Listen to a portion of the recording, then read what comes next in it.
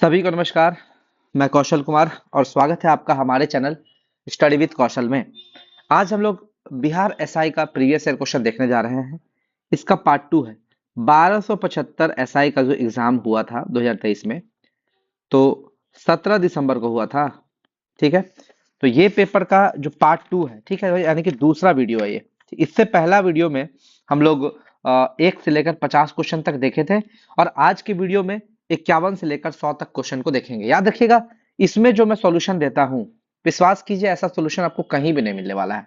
एक क्वेश्चन में हम लोग कई क्वेश्चनों को सीखेंगे, यानी कि समझिए संपूर्ण बुक पढ़ रहे हैं आप।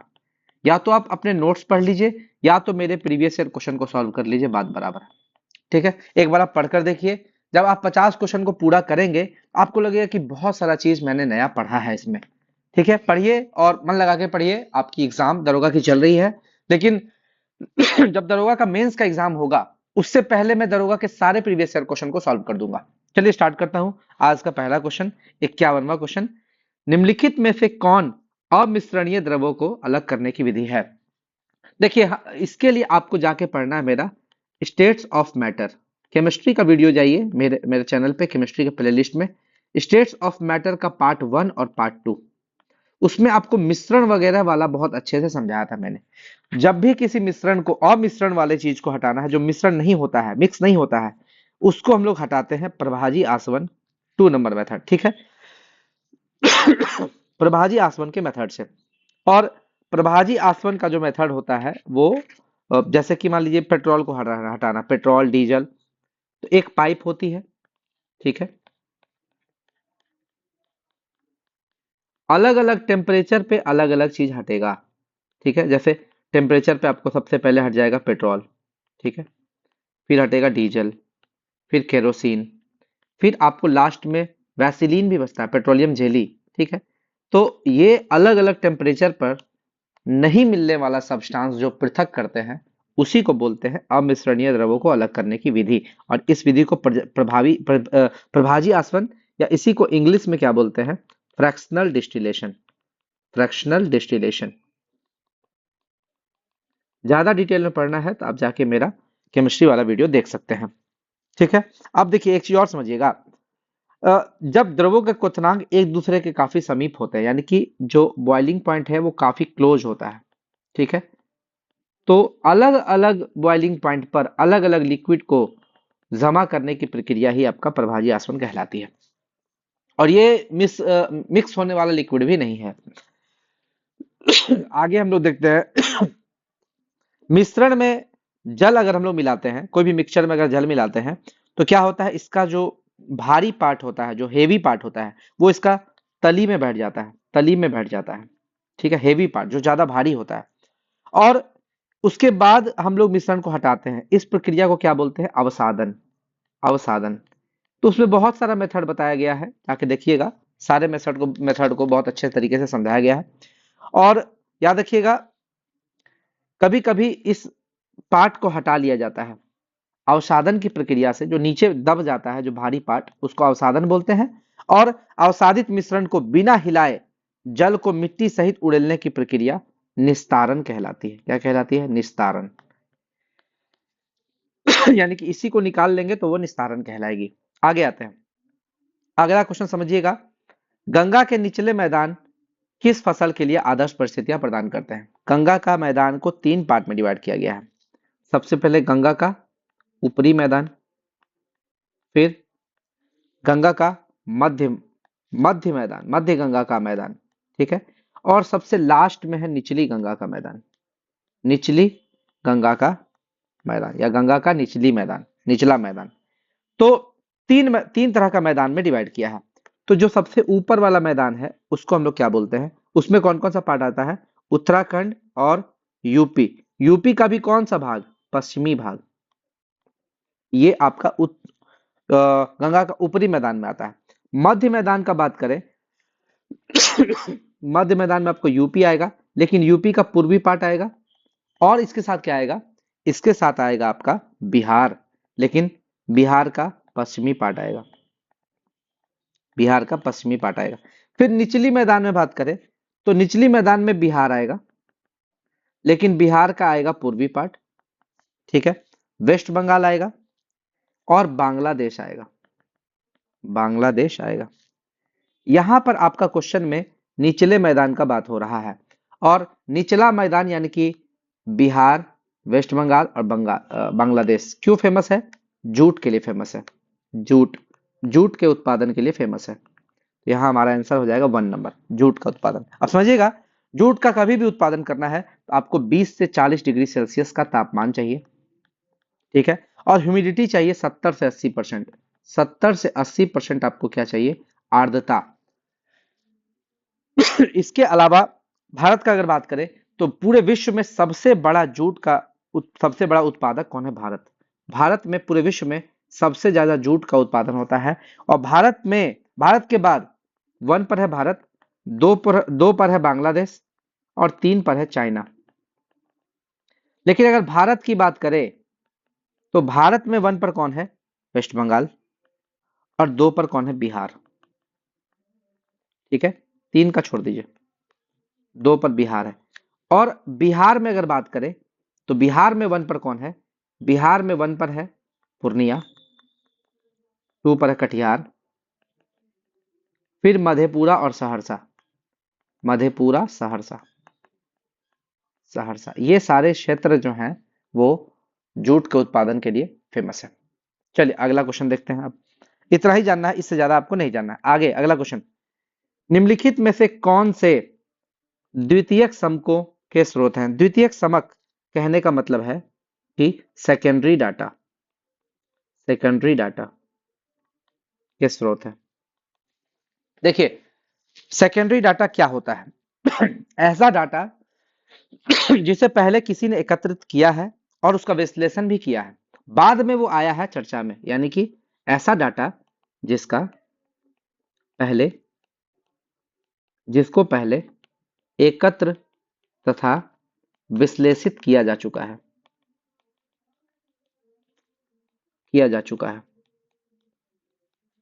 ठीक है, यानी कि वो डाटा पहले ही किसी ने एकत्र किया है। जैसे मान लीजिए डाटा तो बहुत तरह का हो सकता है, नीति आयोग अपनी डाटा डालती है, जनगणना का डाटा आता है, बहुत सारा डाटा है, राष्ट्रीय आय निकलता है हमारे देश में, प्रति व्यक्ति आय निकलता है, निर्धनता यानी कि गरीबी का रेट कितना है, बेरोजगारी का रेट कितना है, जीडीपी कितनी है, कृषि में उत्पाद कितना है, खनन, जनसंख्या, ये सब डाटा ही है। तो जो भी डाटा रिकॉर्ड आता है, जो रिकॉर्ड तैयार करता है वो प्राथमिक समक है, लेकिन जो जो डाटा रिकॉर्ड किया हुआ प्रकाशित करते हैं वो है द्वितीयक समक। और द्वितीयक समक में आपको बहुत सारा चीज आ जाएगा, जैसे कि आपको सरकारी रिपोर्ट भी आ जाएगा, समाचार पत्र भी आ जाएगा, पुस्तक भी आ जाएगा, वेबसाइट भी आ जाएगा, सरकारी लेख लेख आ जाएगा, रिकॉर्ड, ठीक है, बहुत सारा चीज आ जाएगा जो आपका द्वितीयक समक के स्रोत है। और इसमें इसलिए इसका आंसर हो जाएगा 4 नंबर। कुछ आयोग या नीतियां भी होती है जो अपनी रिपोर्ट देती है, जैसे योजना आयोग, नीति आयोग, वेतन आयोग, ठीक है, नगर निगम, नगर पंचायत, जिला पंचायत, ये सारा अपना डाटा देती है। कुछ शोधन संस्थान है, इसरो वगैरह, डीआरडीओ अपना डाटा देता है, समाचार पत्र पत्रिकाएं भी अपना डाटा देती है। तो अगर उनका अपना डाटा नहीं है, किसी और के डाटा का या कोई सोर्स कोई और एकत्र कर रहा है, उस डाटा को आप पत्र के माध्यम से आप प्रेषित कर रहे हैं, तो समाचार पत्र किसी के डाटा को आपको दिखा रहा है, तो वो हो गया आपको द्वितीयक डाटा। ठीक है, आगे बढ़ते हैं। प्राचीन मगध राज्य की राजधानी क्या थी? मगध आपको तो पढ़ना है किसी भी हाल में, मगध आपको पढ़ना है। तो मगध की राजधानी राजगीर थी, या इसी का पुराना नाम गिरिब्रज था, गिरिब्रज। आगे हम लोग डिटेल में पढ़ते हैं कि मगध के सबसे प्राचीन वंश का नाम क्या था। तो सबसे प्राचीन वंश का नाम था हर्यक वंश, हर्यक वंश, ठीक है, बहुत सारा वंश है मगध में, ठीक है, हर्यक वंश सबसे पुराना है। और हर्यक वंश का शासक कौन था? बृहद्रथ, बृहद्रथ था, ठीक है। उसके बाद बात करें, बृहद्रथ ने ही राजधानी, ठीक है, राजगृह अपनाई थी। इसके बाद आता है बहुत सारा शासक आएगा, उदयीन आएगा, उदयीन, यहां लिख देते हैं उदयीन। उदयीन क्यों फेमस है? इसने राजगीर को हटाकर अपनी राजधानी पाटलिपुत्र स्थानांतरित की, पाटलिपुत्र। तो आपसे पूछेगा पाटलिपुत्र को राजधानी किसने बनाई थी? सबसे पहले उदयीन ने बनाई थी। फिर उदयीन का बेटा शिशुनाग आता है, शिशुनाग, ठीक है। शिशुनाग ने भी क्या किया? मगध की राजधानी को चेंज किया और पाटलिपुत्र से हटा के इसने बनाई राजधानी वैशाली को, वैशाली को। लेकिन फिर शिशुनाग के बाद एक और आता है कालाशोक। कालाशोक, और कालाशोक ने फिर से पाटलिपुत्र को राजधानी बना दी। यानी कि मगध की सबसे ज्यादा दिन तक राजधानी कौन रही? पाटलिपुत्र रही। ठीक है, अब समझिएगा कभी कभी आपको यह भी क्वेश्चन पूछ देगा कि पाटलिपुत्र को राजधानी किसने बनाई, लेकिन पाटलिपुत्र ही पटना है, लेकिन पटना पहले बोला नहीं जाता था। पटना कहा जाने लगा शेरशाह सूरी के समय। याद रखिएगा, शेरशाह सूरी ने, शेरशाह सूरी जो मेडिवल हिस्ट्री में पढ़ेंगे, शेरशाह सूरी ने पाटलिपुत्र को पटना बनाया। पटना, यानी कि पटना की स्थापना किसने की? शेरशाह सूरी। और शेरशाह सूरी के सड़क का नाम क्या था बताइए? Grand Trunk road, GT road, grand Trunk road. सड़क ए आजम भी कहा जाता है इसको, सड़क ए आजम। मुगल काल में इसको सड़क ए आजम कहा जाता था। और मौर्य काल में, मौर्य काल में ये जो जीटी रोड है इसको उत्तरापथ कहा जाता था। उत्तरापथ, जीटी ग्रैंड ट्रंक रोड को उत्तरापथ कहा जाता था। बस इतना ही याद रखना है। आगे हम लोग बढ़ते हैं। कौन सा प्रोटोजोआ जनित रोग है? प्रोटोजोआ से होने वाला रोग है। आप मेरा बायोलॉजी में डिजीज वाला टॉपिक देख लीजिएगा, बायोलॉजी का लेक्चर देखिएगा मेरा, वहां पर डिजीज चैप्टर, डिजीज 2 पार्ट में आएगा। डिजीज चैप्टर 2, 1 और 2। बेफिक्र रहिए, इससे बेटर वीडियो आपको यूट्यूब में नहीं मिलेगा डिजीज के लिए। तो प्रोटोजोआ से होने वाला रोग कौन सा है? सबसे पहले हम लोग देखते हैं इन्फ्लुएंजा। इन्फ्लुएंजा को ही हम लोग फ्लू बोलते हैं, फ्लू। ये वायरस से होने वाला रोग है। किससे होता है ये? Virus, virus. और इसको 2 पार्ट में बांट दीजिए, एक तो है बर्ड फ्लू, दूसरा स्वाइन फ्लू। ठीक है, बर्ड फ्लू का बात करें तो किस किस वायरस से होगा? H5N1 virus. और स्वाइन फ्लू H1N1 वायरस। तो ये आपको याद रखना, एग्जाम में आपसे पूछता है बर्ड फ्लू किस वायरस से होता है? H5N1, और स्वाइन फ्लू H1N1। तो फ्लू यानी कि इन्फ्लुएंजा, तो ये वायरस हो गया। तो प्रोटोजोआ तो है नहीं। आपको कौन कौन सा डिजीज पढ़ना है? बैक्टीरिया का डिजीज पढ़ना है, वायरस का पढ़ना है, प्रोटोजोआ का पढ़ना है। ठीक है, आगे आते हैं, हैजा का बात करते हैं। हैजा, तो हैजा को ही कोलेरा बोलते हैं इंग्लिश में, और ये विब्रियो कोलेरी नामक बैक्टीरिया से होता है। Vibrio cholerae, cholerae, Vibrio cholerae नामक जीवाणु से होता है। कालाजार का बात करें तो कालाजार जो है वो लिस्मानिया डिडोवानी नामक प्रोटोजोआ से होता है। तो ये प्रोटोजोआ से होने वाला रोग है, लिस्मानिया डोडावानी। लिस्मानिया डोडावानी नामक प्रोटोजोआ से होता है। और एक चीज और याद रखना है, इसको फैलाता कौन है? इसका वेक्टर कौन है? इसका वेक्टर है सैंड फ्लाई, बालू मक्खी, सैंड फ्लाई। सैंड फ्लाई से ये फैलता है। चलिए आगे आते हैं, टाइफाइड। टाइफाइड का बात करें तो ये भी बैक्टीरिया से होने वाला रोग है, और ये salmonella typhi, salmonella typhi, typhi नामक बैक्टीरिया से होता है। तो हमारा आंसर कौन हो गया? 3 नंबर, कालाजार प्रोटोजोआ से होता है। कालाजार प्रोटोजोआ से होता है। चलिए अगला क्वेश्चन में आते हैं। क्वेश्चन उतना ही पढ़ना है जितना हम लोगों को एग्जाम के पर्पज से जरूरी है। ये तो करंट अफेयर्स का क्वेश्चन हो गया। मोटो जीपी भारत रेस 2023 किस शहर में आयोजित की गई थी? तो ये ग्रेटर नोएडा में आयोजित की गई थी। और उस समय इटली के एक राइडर थे जिन्होंने जीता था, मार्को बेजेची, मार्को बेजेची, इटली के थे, इन्होंने जीता था ये रेस। तो अब ये करंट अफेयर्स के पर्पज से उतना जरूरी नहीं है।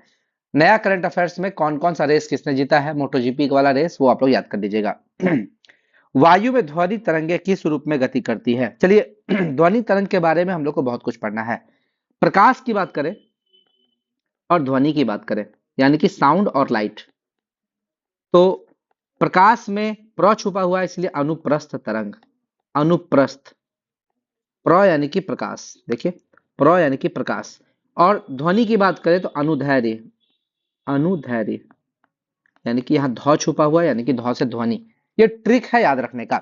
उसके बाद बात करते हैं प्रकाश का। प्रकाश जो है एक इलेक्ट्रोमैग्नेटिक वेव है, EMW, इलेक्ट्रोमैग्नेटिक वेव, ठीक है, जिसको संचरण करने के लिए मीडियम की आवश्यकता नहीं होती है, मीडियम की आवश्यकता नहीं होती है, आवश्यकता नहीं होती है। इसीलिए ये इसका मैक्सिमम स्पीड कहां पर होता है? वैक्यूम में। प्रकाश का मैक्सिमम स्पीड कहां होगा? वैक्यूम में, यानी कि निर्वात में। जबकि ध्वनि का बात करें तो ये एक मैकेनिकल वेव है, यानी कि यांत्रिक तरंग है, यांत्रिक तरंग है। यांत्रिक तरंग उसको बोलते हैं जिसके संचरण करने के लिए माध्यम की आवश्यकता होती है, मीडियम रिक्वायर्ड, मीडियम की आवश्यकता होती है, माध्यम की आवश्यकता होती है। इसीलिए ये वायु में संचरण कर सकता है, गैस में, द्रव में, सब में संचरण कर सकता है, लेकिन वैक्यूम में संचरण नहीं कर सकता। इसलिए ध्वनि की चाल निर्वात में शून्य हो जाती है। ठीक, अब बात करते हैं, चलिए आगे आते हैं। सबसे ज्यादा स्पीड कहां होगा? सॉलिड में, फिर लिक्विड में, फिर गैस में। ध्वनि की चाल सबसे ज्यादा सॉलिड में, लिक्विड में, फिर गैस में। सॉलिड में भी सबसे ज्यादा किसमें होगी? एल्यूमिनियम में, इसके बाद निकेल में, और निकेल के बाद आपका स्टील में। याद रखिएगा, सबसे ज्यादा स्पीड स्टील में, एल्यूमिनियम में, निकेल में, फिर स्टील में। अब हम लोग आगे आते हैं, समझते हैं ध्वनि की चाल क्या टेम्परेचर पर डिपेंड करती है? तो हाँ, करती है। देखिएगा, टेम्परेचर अगर बढ़ाते हैं तो ध्वनि की चाल भी बढ़ती है, तो ध्वनि की स्पीड भी बढ़ती है। कैसे? Speed of sound, speed of sound T degree Celsius पर, speed of sound 0 degree Celsius पर प्लस 0.61 इंटू टी, ये फॉर्मूला है। यानी कि अगर इसको हम लोग अच्छे से लिख दें तो अगर स्पीड ऑफ साउंड हम लोग को टी डिग्री सेल्सियस पर चाहिए, तो 0 डिग्री सेल्सियस पर जो साउंड का स्पीड होता है वो होता है 332 मीटर पर सेकेंड, 332 मीटर पर सेकेंड प्लस प्लस अब इसके बाद 0.61 इंटू टी। तो ये 0 डिग्री, अगर मान लीजिए हम लोग को 10 डिग्री सेल्सियस पर चाहिए तो 332 प्लस 0.61 इंटू 10, यानी कि 332 प्लस 6.1, यानी कि 338.1 मीटर पर सेकेंड। यानी कि आप टी का वैल्यू यहां डालते जाइए, आपको स्पीड मिलते जाएगा। ये फॉर्मूला है। अब एक चीज और समझिएगा कि अलग अलग गैसों में ध्वनि की चाल अलग अलग होती है, और गैसों में सबसे ज्यादा स्पीड कहां होगी? तो गैस में सबसे ज्यादा स्पीड होती है हाइड्रोजन में, हाइड्रोजन में। यानी कि ध्वनि की चाल सबसे ज्यादा गैसों में अगर होगी तो गैसों में भी हाइड्रोजन में होगी, ये आपको याद रखना है। चलिए आगे बढ़ते हैं। यहां पर क्वेश्चन क्या था कि वायु में ध्वनि तरंग ब्लैंक्स के रूप में गति करती है, तो याद रखिएगा केवल अनुदैर्ध्य तरंग, ध्वनि अनुदैर्ध्य तरंग है। तो यहां पर आंसर हमारा हो जाएगा 4 नंबर। पहले ही बता चुके हैं, ट्रिक, प्रकाश अनुप्रस्थ और ध्वनि अनुदैर्ध्य, बस यही याद रखना है। तो एक क्वेश्चन से बहुत सारा क्वेश्चन आप सीख सकते हैं। अगला क्वेश्चन में देखिए, ये फिर देखिए ये करंट अफेयर्स का क्वेश्चन, इसमें ज्यादा डिस्कस नहीं करेंगे, ठीक है। भारत के रक्षा मंत्रालय ने माइक्रोसॉफ्ट ऑपरेटिंग सिस्टम को किस ऑपरेटिंग सिस्टम में बदलने का निर्णय किया था? तो ये माया 2022 का है, ये शायद 2022 में या 21 में किया था, माया ऑपरेटिंग सिस्टम। ये साइबर हमलों से, ये क्या करता है ना कि जो मेल फाइल होता है, मेन फाइल को छुपा देगा, ठीक है, साइबर हमलों से बचाने के लिए, साइबर हमलों से बचाने के लिए। मान लीजिए कि ये हमारा मेन फाइल है, मेन फाइल, ये क्या करेगा? इसका बहुत सारा कॉपी बना देगा, बहुत सारा कॉपी बना देगा। तो जब अटैक होगा, साइबर अटैक, तो इन कॉपी पर अटैक होता है, हमारा मेन फाइल सुरक्षित रहता है। यही है आपका माया ऑपरेटिंग सिस्टम। ये डीआरडीओ ने बनाया था 2021, 22 या 23 का, कब बनाया था पता नहीं है, लेकिन ये हम लोग थे उसी समय पढ़े थे। आगे आते हैं, वर्ष 2011 में भारत के किस केंद्र शासित प्रदेश में लिंगानुपात मिनिमम था? देखिए, लिंगानुपात का क्वेश्चन, साक्षरता दर का क्वेश्चन, ये एग्जाम आपका बार बार पूछबे करेगा, कभी ऐसा नहीं होगा नहीं पूछेगा। तो लिंगानुपात की बात कर रहे हैं तो देख लेते हैं, ठीक है। सबसे ज्यादा लिंगानुपात देखिएगा, लिंगानुपात अगर स्टेट की बात करें, स्टेट में, तो स्टेट में अगर लिंगानुपात 1 पे है केरल,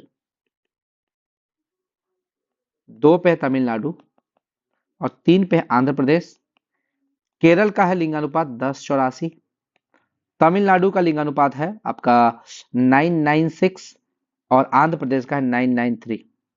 तो ये तो हो गया स्टेट का। स्टेट में भी कहा मैक्सिमम, स्टेट में मिनिमम का देख लेते हैं।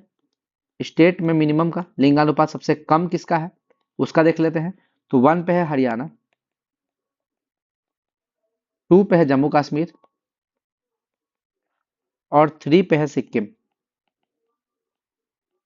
अगर हरियाणा की बात करें तो यह 879, जम्मू कश्मीर का 889 और सिक्किम का 890। तो ये तो हो गया स्टेट में मैक्सिमम मिनिमम। अब आते हैं केंद्र शासित प्रदेश। यूनियन टेरिटोरी में मैक्सिमम किसका है? यूनियन टेरिटोरी में अगर हम लोग मैक्सिमम की बात करें तो पुदुचेरी, पुदुचेरी 1 पर है और 2 पर है लक्षद्वीप, 2 पर लक्षद्वीप। पुदुचेरी का बात करें तो 1037 और लक्षद्वीप का है 947। और लिंगानुपात मिनिमम का बात करें सबसे कम, तो सबसे कम लिंगानुपात है दमन और दीव का मात्र 618, यानी कि 1000 पुरुष पर 618 महिलाएं हैं। तो ये आप इस तरह से अगर याद करिएगा तो आपको याद हो जाएगा। साक्षरता दर हम पिछले वीडियो में बताए थे, तो याद रखिएगा। एक 2011 का जनगणना का आप लोग जरूर बना लीजिएगा वीडियो। 2011 का जनगणना से आपका एग्जाम में प्रश्न जरूर पूछता है और वो काफी एग्जाम में आपके एग्जाम के पर्पज से बहुत जरूरी होता है। लंब वृत्तीय बेलन यानी कि सिलेंडर के बारे में बोल रहा है। चलिए फटाफट हम लोग फॉर्मूला देख लेते हैं सिलेंडर का। अगर हम लोग सिलेंडर की बात करें तो इसका कर्व सरफेस एरिया यानी कि पार्श्व पृष्ठीय क्षेत्रफल, ये क्या होता है 2 pi R H. Total surface area ये क्या होता है 2 pi R into H plus R. और अगर इसका वॉल्यूम ले ले यानी कि आयतन ले ले तो होता है पाई आर स्क्वायर एच। ये फॉर्मूला आपको याद रखना है। ये सिलेंडर का हो गया। अब हम लोग पढ़ते हैं कोन, कोन के बारे में बात करते हैं। ठीक है, देखिए ये है आपका कोन, कोन ये हो गया इसका रेडियस और ये हो गया इसका हाइट, और ये जो टेढ़ा है इसको बोलते हैं स्लैंट हाइट। तो फॉर्मूला सबसे पहले क्या हो जाएगा l square equal to h square plus r square. और बात करें इसका कर्व सरफेस एरिया होता है पाई आर एल और टोटल सरफेस एरिया क्या हो जाएगा पाई आर एल में एक पाई आर स्क्वायर को जोड़ दीजिए और वॉल्यूम का बात करें तो 1/3 पाई आर स्क्वायर एच। तो ये तो कोन हो गया। स्फेयर का भी याद कर लीजिए। स्फेयर, स्फेयर में curve surface area, total surface area और वॉल्यूम, ये 3 चीज पढ़ेंगे। अगर हम लोग कर्व सरफेस एरिया की बात करें तो ये होता है स्फेयर में 4 pi R square, total surface area भी 4 पाई आर स्क्वायर और वॉल्यूम होता है 4/3 पाई आर क्यूब। वही अगर हम लोग बात करें हेमीस्फेयर यानी कि अर्धगोला, हेमीस्फेयर का भी बात कर लेते हैं। अर्धगोला, अर्धगोले का curve surface area, total surface area और वॉल्यूम। ठीक है, तो curve surface area, curve surface area की बात करें तो 2 pi R square, total surface area 3 pi R square और वॉल्यूम की बात करें तो 2/3 पाई आर क्यूब। आप लोग याद रख लीजिएगा, एग्जाम के पर्पज से आपका जरूरी है। यहां पर आपका क्वेश्चन क्या पूछा है वक्रीय सतह यानी कि एक सिलेंडर का आपको कर्व सरफेस एरिया पूछा 2 पाई आर एच। आर की जगह आपको ए दिया है, एच की जगह बी दिया है, तो 2 पाई ए बी यानी कि 1 नंबर आपका आंसर हो जाएगा। फॉर्मूला याद रखिए, मैक्सिमम चांसेस है कि आपके एग्जाम में क्वेश्चन पूछ लेगा इसी से। बहुत ठंडे मौसम में एसएन किसमें पाउडर में बदल जाता है टीन जो है टीन वो ब्लैंक्स पाउडर में बदल जाता है।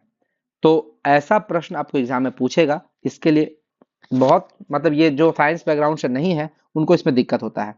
ठंड के मौसम में क्या होता है टीन जब आपका ऑक्सीजन से रिएक्ट करता है तो ये बनाता है SnO या SnO2 या SnO2, यही दोनों में से कोई एक बनाएगा। तो SnO का निर्माण करता है 2 नंबर। ठीक है, इसीलिए ये पाउडर में बदल जाता है। SnO एक पाउडर की तरह होता है। आगे, नॉर्वे शतरंज ब्लिट्ज टूर्नामेंट में किस भारतीय खिलाड़ी ने मैग्नस कार्लसन को हराया था? तो डी गुकेश। कहाँ गया? देखिए 4 number option d Gukesh. Chess से मैं भी काफी वो मुझे भी बहुत अच्छा लगता है चेस खेलने में, तो इसीलिए चेस का प्रश्न जो है वो मुझे बहुत अच्छा लगता है, बना देते हैं। ज्यादातर हम चेस में देखते रहते हैं कौन किसको हराया। चेस के सारे प्लेयर्स का नाम आप लोग याद रख लीजिए, पुराने पुराने प्लेयर्स का नाम याद रखिए। चलिए, दो नियम है यहाँ पर। एक 63 नंबर क्वेश्चन जो इकोनॉमिक्स का काफी फेमस क्वेश्चन है, जो भी इकोनॉमिक्स नहीं पढ़े हैं यहाँ पर दो प्रश्न को जरूर देखेंगे। एक होता है पूर्ति का नियम और दूसरा होता है मांग का नियम। मांग का नियम, इसको समझिएगा। अगर ये दोनों नियम समझ गए तो इससे प्रश्न पूछने का चांसेस ज्यादा रहता है। समझिएगा यहाँ पे पूर्ति का नियम क्या बोलता है कि अगर मान लीजिए प्राइस बढ़ा दिया जाए, प्राइस अगर इंक्रीज होता है, ठीक है, तो सप्लाई बढ़ जाता है, ठीक है। यानी कि और प्राइस अगर घटा दिया जाए तो सप्लाई भी घट जाता है। यानी कि वस्तु की कीमत और उसकी पूर्ति एक दूसरे के धनात्मक संबंध में होता है। 3 नंबर ऑप्शन, ठीक है। ये पूर्ति का नियम बोलता है, पूर्ति का नियम। चलिए अब आते हैं इसका जस्ट उल्टा, ठीक है। मांग का नियम, प्राइस अगर बढ़ा दिया जाए तो डिमांड कम हो जाता है और प्राइस अगर घटा दिया जाए तो डिमांड बढ़ जाता है। यह है मांग का नियम। यानी कि प्राइस और डिमांड में कैसा रिलेशन होता है? ऋणात्मक। यानी कि इनवर्सली प्राइस और डिमांड इनवर्सली प्रोपोर्शनल होता है और प्राइस और सप्लाई डायरेक्टली प्रोपोर्शनल होता है। पूर्ति का नियम है और ये आपका मांग का नियम है, ठीक है। अब समझिएगा, जब भी किसी वस्तु की कीमत में वृद्धि होती है, जब भी किसी वस्तु की कीमत में वृद्धि होगा तो उस वस्तु की पूर्ति में वृद्धि की जाती है। यानी कि और जब जब कीमत में कमी होती है तो उसकी वस्तु की पूर्ति को भी घटा दिया जाता है। इस प्रकार कीमत और पूर्ति का सीधा सीधा संबंध होता है। ये पूर्ति का नियम बोलता है, ठीक है। और इसकी परिभाषा किसने दी थी? वाटसन ने दी थी। याद रखिएगा, इसकी परिभाषा देने वाले कौन थे? वाटसन, वाटसन,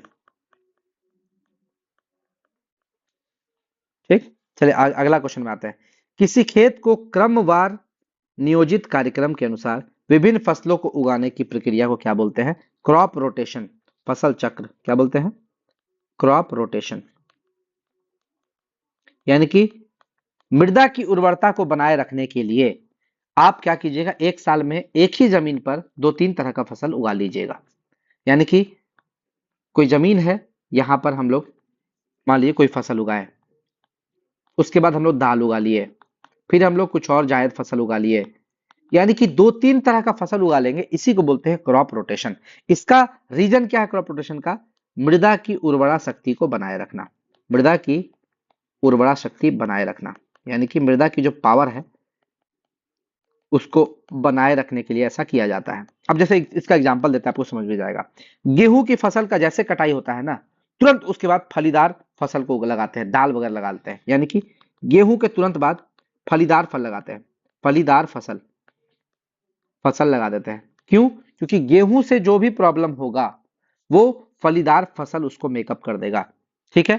गेहूं उगाने के कारण जो मृदा में नाइट्रोजन का कमी था, नाइट्रोजन का जो भी कमी हुआ था, वो फलीदार फसल फिर से नाइट्रोजन को पूर्ण कर देगा, जमीन में नाइट्रोजन का कमी को पूरा कर देगा। यही होता है आपका क्रॉप रोटेशन का एक रीजन। एक और समझिएगा, रबी फसल, रबी फसल ठंडा में उगाया जाता है, ठीक है। और उसको काटेंगे मार्च के आसपास। तो जैसे ही रबी फसल को मार्च में काटेंगे उसके तुरंत बाद चारा उगा लेते हैं, चारा जो गाय भैंस खाती है।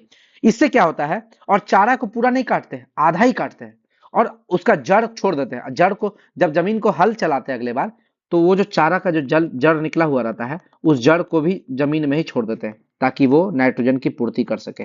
तो ये क्रॉप रोटेशन का ही पार्ट है। जब आप एग्रीकल्चर पढ़िएगा इसको काफी डिटेल में पढ़िएगा। अब चलिए अगला क्वेश्चन समझते हैं। ये काफी जरूरी क्वेश्चन है, इसको थोड़ा सा हमको जगह का जरूरत पड़ेगा क्योंकि इसमें बहुत कुछ समझाना है, बहुत जगह का याद करवाना आपको। ये बीएसएससी का तो फेवरेट क्वेश्चन है ही, साथ ही बीपीएसएससी का भी फेवरेट क्वेश्चन है। बीपीएसएससी का भी देश की राजधानी और मुद्रा, ये उसका फेवरेट क्वेश्चन हो जाता है।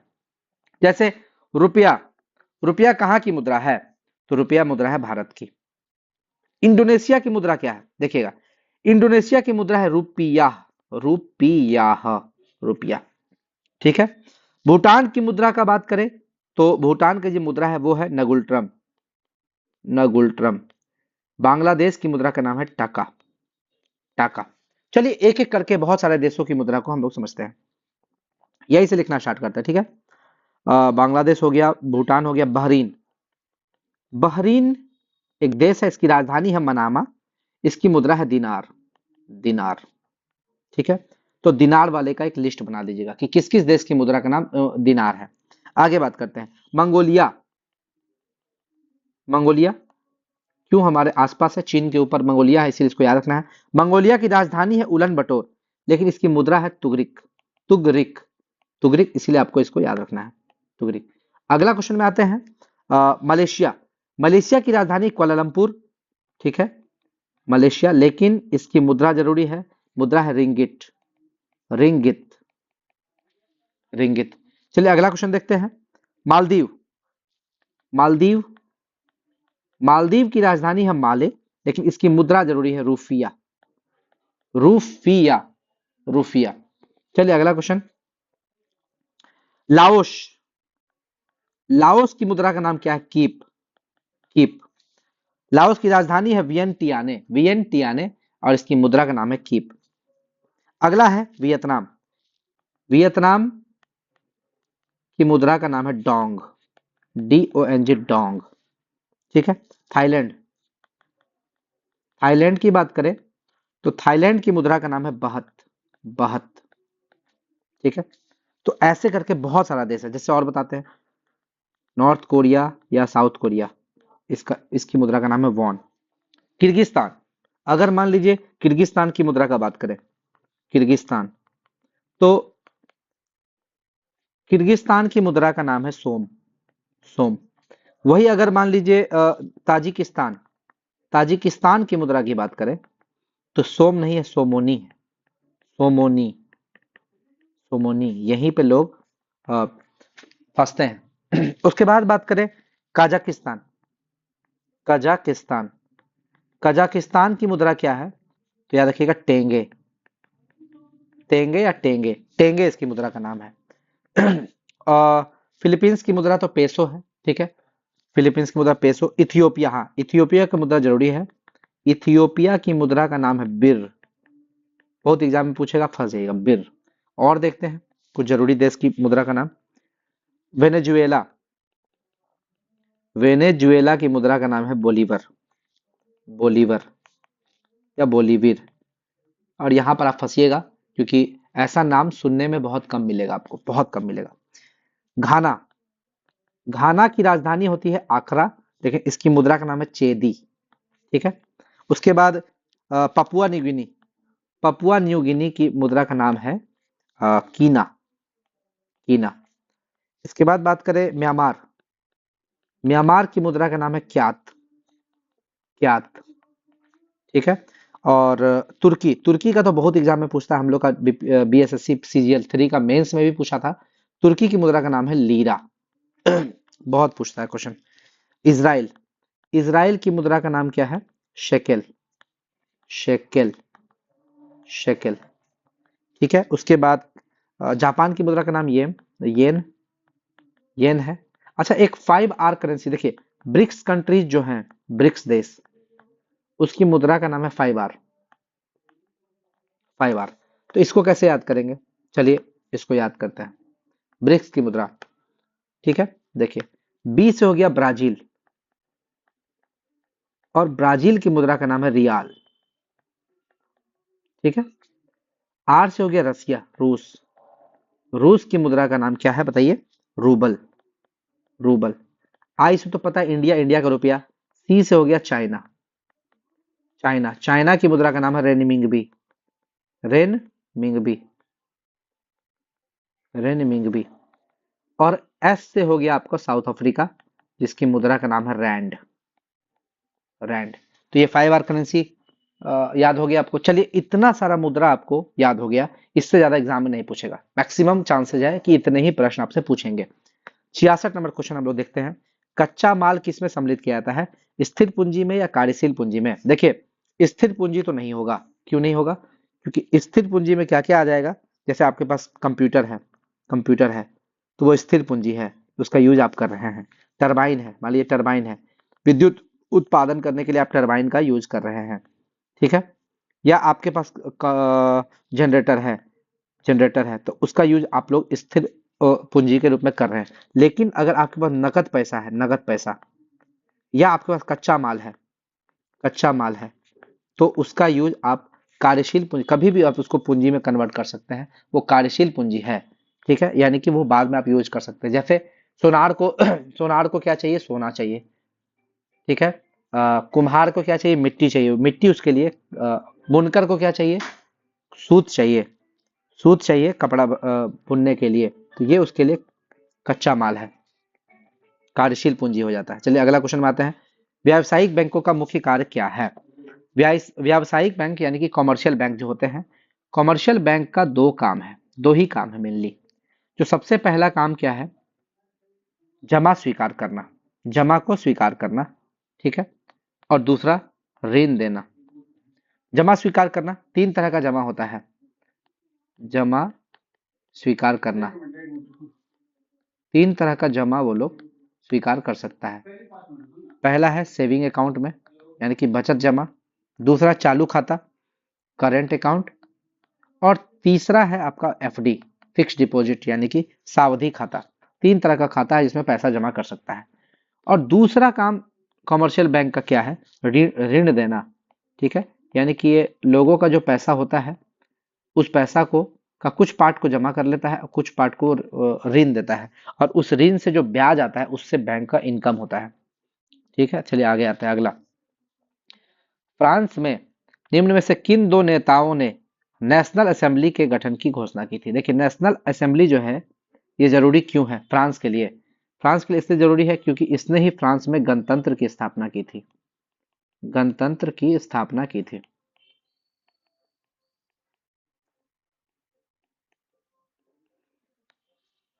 तो फ्रांस में दो व्यक्ति थे, मिराबियो और ओबेसिये। 4 नंबर, मिराबियो और ओबेसिये जो थे, इन्होंने ही मिलकर नेशनल असेंबली की गठन की थी।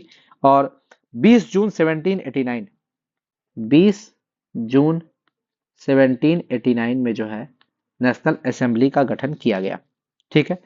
नेशनल असेंबली ने 4 अगस्त को बनते ही जस्ट 2 महीने के बाद 4 अगस्त को नेशनल असेंबली ने करों, कर्तव्यों और बंधनों वाली सामंती व्यवस्था के उन्मूलन का आदेश पारित कर दिया।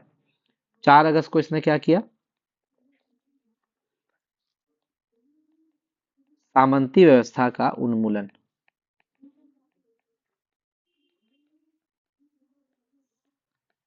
इसका आदेश पारित कर दिया। उसके बाद 1791 में इसने क्या किया, संविधान का प्रारूप बनाया, फ्रांस के लिए संविधान का प्रारूप बनाया, ठीक है। और उसी समय फ्रांस ने इसको संविधान बनाने के लिए अधिकार भी दे दिया। लेकिन एक साल के बाद 21 सितंबर 1792 नेशनल असेंबली ने राजतंत्र का अंत कर दिया, राजतंत्र का अंत, और फ्रांस में गणतंत्र की शुरुआत, गणतंत्र घोषित कर दिया फ्रांस में। तो ये हो गया आपका आंसर, मिराबियो और ओबेसिये, इसने ही मिलकर नेशनल असेंबली का गठन किया।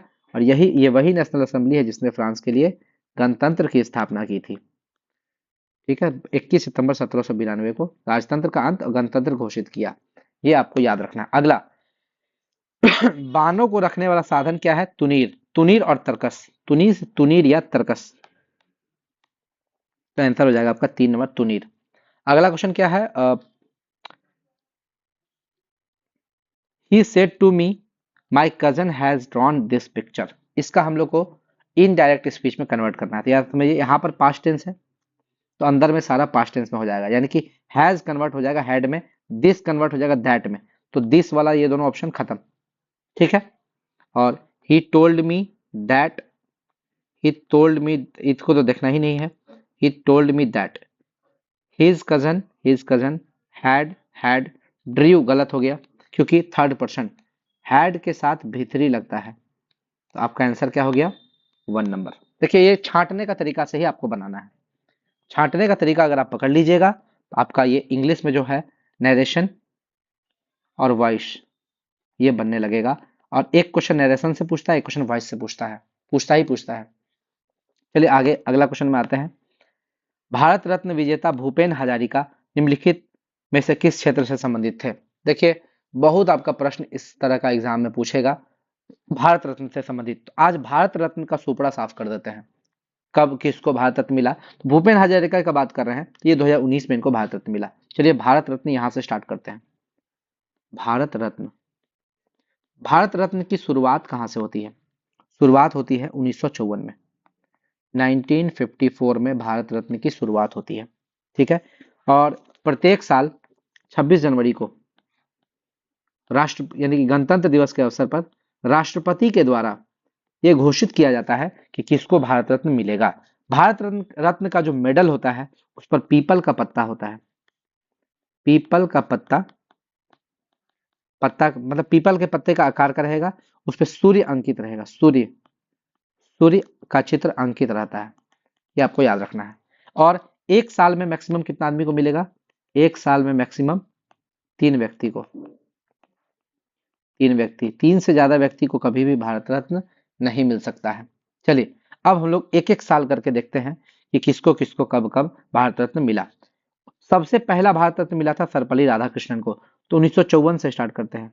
1954 में सबसे पहले भारत रत्न मिलता है डॉक्टर सर्वपल्ली राधाकृष्णन। इन्हीं के जन्म दिवस को हम लोग शिक्षक दिवस के रूप में मनाते हैं। दूसरा है चक्रवर्ती राजगोपालाचारी और तीसरा है सीवी रमन। सीवी रमन, इस तीनों को मिला था 1954 में भारत रत्न। फिर 1955 में बात करते हैं तो भगवान दास और एम विश्वेश्वरैया और जवाहरलाल नेहरू। फिर आते हैं 1957 में गोविंद वल्लभ पंत, गोविंद वल्लभ पंत। उसके बाद 1958 में डीके कर्वे, धुंधो केशव कर्वे, डीके कर्वे। उसके बाद 1961 में विधान चंद्र राय, फिर पुरुषोत्तम दास टंडन, पुरुषोत्तम दास टंडन। 1962 का बात करें, 1962 में मिला है आपको डॉक्टर राजेंद्र प्रसाद, डॉक्टर राजेंद्र प्रसाद। फिर 1963 की बात करें, 1963 में, तो 1963 में मिला है आपको डॉक्टर जाकिर हुसैन, डॉक्टर जाकिर हुसैन और पीवी काने, पीवी काने। 1966 में मिला है, 1966 में लाल बहादुर शास्त्री। अब पहली बार किसी को मरणोपरांत मिला है 1966 में लाल बहादुर शास्त्री को। फिर 1971 में मिला है इंदिरा गांधी को। 1975 में मिला है वीवी गिरी, वराह वेंकट गिरी। फिर 1976 में मिला है के कामराज, और के कामराज को भी मरणोपरांत मिला है, मरणोपरांत मिला है। इसके बाद 1980 में मदर टेरेसा, मदर टेरेसा। फिर आते हैं 1983 में विनोबा भावे, विनोबा भावे। इनको भी मिला है मरणोपरांत, मरणोपरांत। उसके बाद 1983 हो गया। फिर 87 में खान अब्दुल गफार खान, इनको मिला है। 1988 का बात करें, 1988, 88 में मिला है एम जी रामचंद्रन, रामचंद्रन। इनको भी मरणोपरांत मिला है, मरणोपरांत। उसके बाद 1990, 1990 में मिला है भीमराव अंबेडकर और नेल्सन मंडेला, नेल्सन मंडेला। इसके बाद याद रखिएगा 1991 राजीव गांधी, मरणोपरांत, राजीव गांधी को भी मरणोपरांत मिला है। फिर सरदार वल्लभ भाई पटेल, फिर मोरारजी देसाई, मोरारजी देसाई। ठीक है। और वल्लभ भाई पटेल को भी मरणोपरांत, राजीव गांधी को भी मरणोपरांत। 91 के बाद है 92, मौलाना अबुल कलाम आजाद। उसके बाद JRD टाटा। उसके बाद सत्यजीत रे। ठीक है। 92 के बाद आते हैं 97। 97 में मिला है APJ अब्दुल कलाम। अब्दुल कलाम। फिर गुलजारी लाल नंदा। उसके बाद अरुणा आसफ अली, अरुणा आसफ अली। फिर 1998 मिला है SS सुब्बुलक्ष्मी और S सुब्रमण्यम और जयप्रकाश नारायण। और ये जयप्रकाश नारायण को मरणोपरांत मिला है। फिर 1998 में 99, पंडित रविशंकर, प्रोफेसर अमर्त्य सेन और गोपीनाथ बरदोलोई, इनको मिला है। 1999 के बाद आते हैं 2001 में लता मंगेशकर और बिस्मिल्लाह खान। 2001 के बाद 2008 में भीमसेन जोशी, पंडित भीमसेन जोशी। फिर 2008 के बाद 2014 में सचिन तेंदुलकर और चिंतामणि चिंतामणि नगोसा रामचंद्र राव, CN रामचंद्र राव। तो सचिन तेंदुलकर जो थे, इनको सबसे कम उम्र में भारत रत्न मिलने की ख्याति प्राप्त है। 2015 की बात करें, ये मिला है अटल बिहारी वाजपेयी और मदन मोहन मालवीय, इनको मिला है। चलिए और आगे देख लेते हैं। 2014-15 के बाद आते हैं 2019, प्रणब मुखर्जी, नानाजी देशमुख और भूपेन हजारिका। यही भूपेन हजारिका वाला प्रश्न पूछा था जो कि कला से संबंधित है। ठीक है। 2019 के बाद 2024 में आते हैं तो कर्पूरी ठाकुर, जो कि बिहार के मुख्यमंत्री भी रहे हैं, ठीक है, और बिहार के एक राजनेता भी रहे हैं, और लाल कृष्ण आडवाणी, ये उप प्रधानमंत्री भी रहे हैं और राजनेता भी रहे हैं। तो इतने सारे व्यक्तियों को भारत रत्न मिला। आप लोग एक कॉपी रखिए और कॉपी में आप लोग लिखिए, इसको याद कीजिए, बहुत जरूरी है। चलिए अगला क्वेश्चन, 73 नंबर क्वेश्चन को देखते हैं। 73 नंबर क्वेश्चन बोलता है, मुख्यमंत्री के कार्य व शक्तियों का उल्लेख भारतीय संविधान के किस अनुच्छेद में मिलता है? मुख्यमंत्री का काम देखना है हम लोग को। तो मुख्यमंत्री के काम का उल्लेख आर्टिकल 167 में है। आर्टिकल 167 क्या बोलता है कि जो भी मंत्रालय है उस मंत्रालय का हेड होगा। किसी भी मंत्रालय का हेड कौन होगा? मुख्यमंत्री होगा। मुख्यमंत्री होगा। और मंत्रालय पर निगरानी करना और सभी मंत्रालय के बीच में समन्वय स्थापित करने का काम किसका होगा? ये मुख्यमंत्री का होगा। एक और काम इसका क्या होगा कि समय समय पर राज्य के प्रशासन की सूचना, राज्य के प्रशासन की सूचना,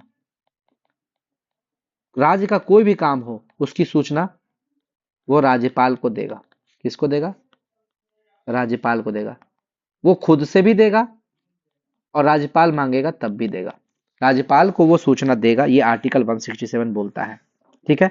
चाहे वो किसी भी तरह का काम हो, राज्य का प्रशासन का बात हो, विधान विषयक संबंधी बात हो, या कोई राज्यपाल अगर उससे कोई सूचना मांगे तो वो सूचना भी उसको देगा। आर्टिकल 162 क्या बोलता है कि कार्यपालिका की शक्ति का विस्तार कैसे होगा? राज्य की जो कार्यपालिका शक्ति है, कार्यपालिका शक्ति का विस्तार, ये उसके विस्तार की बात करता है। आर्टिकल 168 तो पता है, विधानमंडल का गठन। विधानमंडल में दोनों हो जाता है, विधानसभा विधान परिषद। लेकिन 169 क्या बोलता है? विधान परिषद, विधान परिषद का गठन। या तो इसका सृजन कर सकते हैं या तो इसका विनाश कर सकते हैं। या तो किसी राज्य में आप विधानसभा को बना सकते हैं या उसको एबॉलिश कर सकते हैं। ठीक है, एबॉलिश भी कर सकते हैं। तो अगर किसी स्टेट को अगर ऐसा लगता है कि वहां पर विधान परिषद का गठन किया जाए, तो वहां का जो विधानसभा है वो 2/3 मेजोरिटी से पास करेगी और यह बात जाएगी संसद में, पार्लियामेंट में, और पार्लियामेंट में 50% प्लस वन यानी कि सिंपल मेजोरिटी से पास होगी तो वहां पर विधान परिषद का गठन कर लिया जाएगा। तो ये हो गया आपका सारा आर्टिकल का डिस्कशन। अगला क्वेश्चन, क्वेश्चन नंबर 74। आंत में पाचन के पश्चात अवशोषित वसा का वहन किससे किया जाता है? ये काम है लिम्फ का। लिम्फ, लसिका यानी कि लिम्फ, ये लिम्फ का काम है। लिम्फ दोनों काम करता है। ये आपको शरीर का इम्यूनिटी पावर बढ़ाने का भी काम करता है, यानी कि अच्छा चीज को भी एकत्र करेगा और खराब चीज को भी एकत्र करेगा, इसका दोनों काम है। ठीक है, लिम्फ का काम है। यानी कि वसा के पाचन के बाद जो भी वसा में घुलनशील चीज होता है, जैसे विटामिन हो गया, मोनोग्लिसराइड हो गया, ग्लिसरॉल हो गया, कोलेस्ट्रॉल हो गया, इन सब चीज के संचार प्रणाली में ब्लड में घुसने के से पहले ये लिम्फ ही है जो उसका वहन करता है, उसका ट्रांसपोर्ट करता है। वसा का ट्रांसपोर्ट कौन करेगा? ये लिम्फ करेगा, और यही आंसर हमारा सही है। याद रखिएगा, वसा का पाचन एक सिंपल प्रक्रिया नहीं है, ये एक कॉम्प्लेक्स प्रक्रिया है। इसका पाचन इतना आसान नहीं होता है। ब्लड का बारे में हम लोग पढ़ चुके हैं, आरबीसी, डब्ल्यूबीसी और लिम्फोसाइट। क्या होता है? सॉरी, आरबीसी, डब्ल्यूबीसी और क्या होता है जी? एक और होता है प्लाज्मा। आरबीसी में प्लाज्मा, आरबीसी, डब्ल्यूबीसी और क्या होता है? और एक ब्लड प्लेटलेट्स है ना, प्लेटलेट्स। ठीक है, देख लीजिएगा एक बार। फिटकिरी गंदले पानी को किस प्रक्रिया द्वारा स्वच्छ करती है? फिटकिरी गंदले पानी को स्कंदन प्रक्रिया द्वारा हटाती है। फिटकिरी क्या करता है? देखिए, जैसे आप, ये आपका है बाल्टी, इसमें आप फिटकिरी डालें, फिटकिरी डालें, ठीक है, तो ये जो बूंद होती है, जो छोटे छोटे कण होते हैं, उस पर जाके बैठ जाती है और इसको भारी करके नीचे बैठा देती है। इसी प्रक्रिया को बोलते हैं स्कंदन। स्कंदन, स्कंदन की प्रक्रिया कहते हैं। ठीक है, और कोलाइडी विलयन में भी ऐसा होता है कि कोलाइडी विलयन को भी साफ किया जाता है इसी प्रकार की प्रक्रिया द्वारा। तो जो कोलाइडल सॉल्यूशन होता है उसको साफ करने की प्रक्रिया कोलाइडल सॉल्यूशन से को रियल सॉल्यूशन से पृथक करने की प्रक्रिया क्या कहलाती है?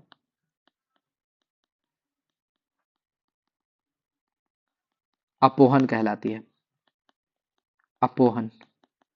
ये जो आपको चौथा नंबर क्वेश्चन है, अपोहन, ये कोलाइडल सॉल्यूशन को अलग करने का प्रक्रिया है, अपोहन। ये आपको याद रखना है। और एक दो गो इसमें टर्म यूज किया गया है, जैसे अधिशोषण क्या है, ठीक है, उतना उसको ज्यादा जरूरी नहीं है। अवशोषण क्या है, ये उतना जरूरी नहीं है। ठीक है, स्कंदन और अपोहन जरूरी था, मैंने बता दिया। अगला क्वेश्चन है 76 नंबर, कि जब कॉपर को सांद्र कॉपर को सांद्र यानी कि कंसंट्रेटेड कौन H2SO4 में गर्म किया जाता है तो क्या मुक्त होता है? देखिए, इसके लिए सॉल्यूशन आपको इक्वेशन बनाना आना चाहिए। कॉपर को जब हम लोग H2SO4 में डालेंगे, अब वो भी कैसा, कौन, कंसंट्रेटेड H2SO4, तो ये क्या करेगा? कॉपर सल्फेट विलयन बनाएगा, ये कॉपर सल्फेट सल्फर को अलग कर देगा, प्लस SO2 भी बनेगा और H2O भी बनेगा। याद रखिएगा। तो कॉपर सल्फेट जो है, ये इसको बोलते हैं ब्लू विट्रियोल। Blue vitriol. ठीक है, अगर इसके साथ 5H2O हो तो, यानी कि इसके साथ पानी अगर हो 5H2O तो उसको ब्लू विट्रियोल बोलते हैं। इसके साथ कौन सा प्रोडक्ट निकला? SO2। हमारा आंसर 2 नंबर हो जाएगा। इसके साथ SO2 निकला ना, तो क्या मुक्त होता है? SO2, sulphur dioxide. अगला, वास्को डिगामा भारत कब आया? वास्को डिगामा जब आप पढ़िएगा मॉडर्न हिस्ट्री, तो स्टार्ट होता है यहीं से। मॉडर्न हिस्ट्री का स्टार्ट होता है पुर्तगालियों का भारत में आगमन। पुर्तगालियों पर यूरोपियों का, यूरोपियों से स्टार्ट कीजिए, यूरोपियों का भारत में आगमन, भारत आगमन। और इसमें आपको सीक्वेंस याद रखना है, sequence P D B D F। सबसे पहले आए पुर्तगाली, पुर्तगाली, उसके बाद आए डच, उसके बाद आए ब्रिटिश, उसके बाद आए डेनिस, और सबसे लास्ट में आए फ्रांस। यानी कि यही क्रम है, आपको याद रखना है कि यूरोपीय भारत कैसे आए, यूरोपीय भारत इसी क्रम में आए, पीडीबीडीएफ। ठीक है, इसके बाद आपको क्या रखना है, तो सबसे पहले जो पुर्तगाली आए तो कौन आए, वास्को डी गामा, 1498 में, 1498 में भारत आए। ठीक है, और किसके कहने पे आए, तो वास्को डी गामा जब भारत आए तो ये अब्दुल मजीद, इसका जो पथ प्रदर्शक था, जो रास्ता दिखा रहा था, इसके पथ प्रदर्शक का नाम था अब्दुल मजीद, अब्दुल मजीद या मनीर, मजीद या मनीद। ठीक है, ये इसका नाम था। उसके बाद कितना दिन ये यात्रा किया, 90 डेज, 90 दिन का यात्रा, 90 दिन का यात्रा किया और भारत आया। ठीक है, गैरिब्रल नामक जहाज से, गैरिब्रल, गैरिब्रल नामक जहाज से ये आया। ठीक है, 1498 में कहाँ आया, कालीकट, कालीकट या कोझिकोड जो केरल में है, केरल आया। केरल पर उसका स्वागत कौन किया, राजा जमोरिन, कोझिकोड के राजा कौन थे, जमोरिन, राजा जमोरिन ने वास्को डी गामा का स्वागत किया। ठीक है, वास्को डी गामा वहां से मसाला लेके चला गया और मसाला जब वहां भेजा तो उसको बहुत 60 गुना लाभ हुआ। ठीक है, फिर वास्को डी गामा 1502 में फिर से भारत आया, पुनः पुनः भारत आया, भारत आया। लेकिन इस बीच 1502 में वास्को डी गामा के आने से पहले एक और व्यक्ति भारत आया था 1500 में, उसका नाम था कौन, पेट्रो अल्ब्रेज केब्राल, पेट्रो अल्ब्रेज केब्राल। तो आपसे जब क्वेश्चन पूछता है कि पहला व्यक्ति जो भारत आया पुर्तगाली, तो वास्को डी गामा, और दूसरा व्यक्ति पेट्रो अल्ब्रेज केब्राल, सेकेंड पुर्तगाली, सेकेंड पुर्तगाली जो भारत आया था, एकदम लास्ट दिन आया था, न्यू ईयर यहीं पे मनाया, 31 दिसंबर 1500 को आया और यहीं पर न्यू ईयर मनाया भारत में।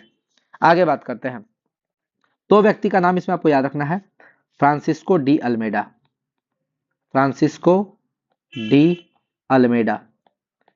फ्रांसिस्को डी अल्मेडा ऐसा पुर्तगाली था जो 1505 में आया और 1509 में चला गया, और ये आया और पहला पुर्तगाली गवर्नर बना। तो आपसे पूछेगा फर्स्ट पुर्तगाली गवर्नर कौन था,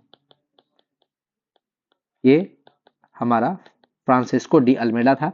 इसने क्या लागू किया था, blue water policy, blue water policy, इसको हिंदी में क्या बोलते हैं, शांत जल की नीति, शांत जल की नीति। तो ये प्रश्न काफी पूछेगा एग्जाम में, शांत जल की नीति किसने लाया, तो ये लाया फ्रांसिस्को डी अल्मेडा। अगला प्रश्न है, दूसरा व्यक्ति जो बहुत इंपॉर्टेंट रखता है वो है अल्बुकर्क, अल्बुकर्क, अल्बुकर्क 1509 में आया और ये सेकंड गवर्नर बना, दूसरा गवर्नर। पहला गवर्नर तो फ्रांसिस्को डी अल्मेडा था, लेकिन ये दूसरा गवर्नर बना, और दूसरा गवर्नर इसलिए फेमस है क्योंकि ये पुर्तगाली शक्ति का वास्तविक संस्थापक माना जाता है, पुर्तगाली शक्ति का वास्तविक संस्थापक, संस्थापक। इसने भारतीयों भारतीयों की जो राजाएं हैं उनकी राजकुमारी से विवाह करना स्टार्ट किया, ताकि उनको कुछ जमीन मिल सके, कुछ रहने का घर मिल सके, जगह मिल सके, कोई बिजनेस स्टार्ट करने का मौका मिल सके। तो ये अल्बुकर्क बड़ा दिमाग वाला था।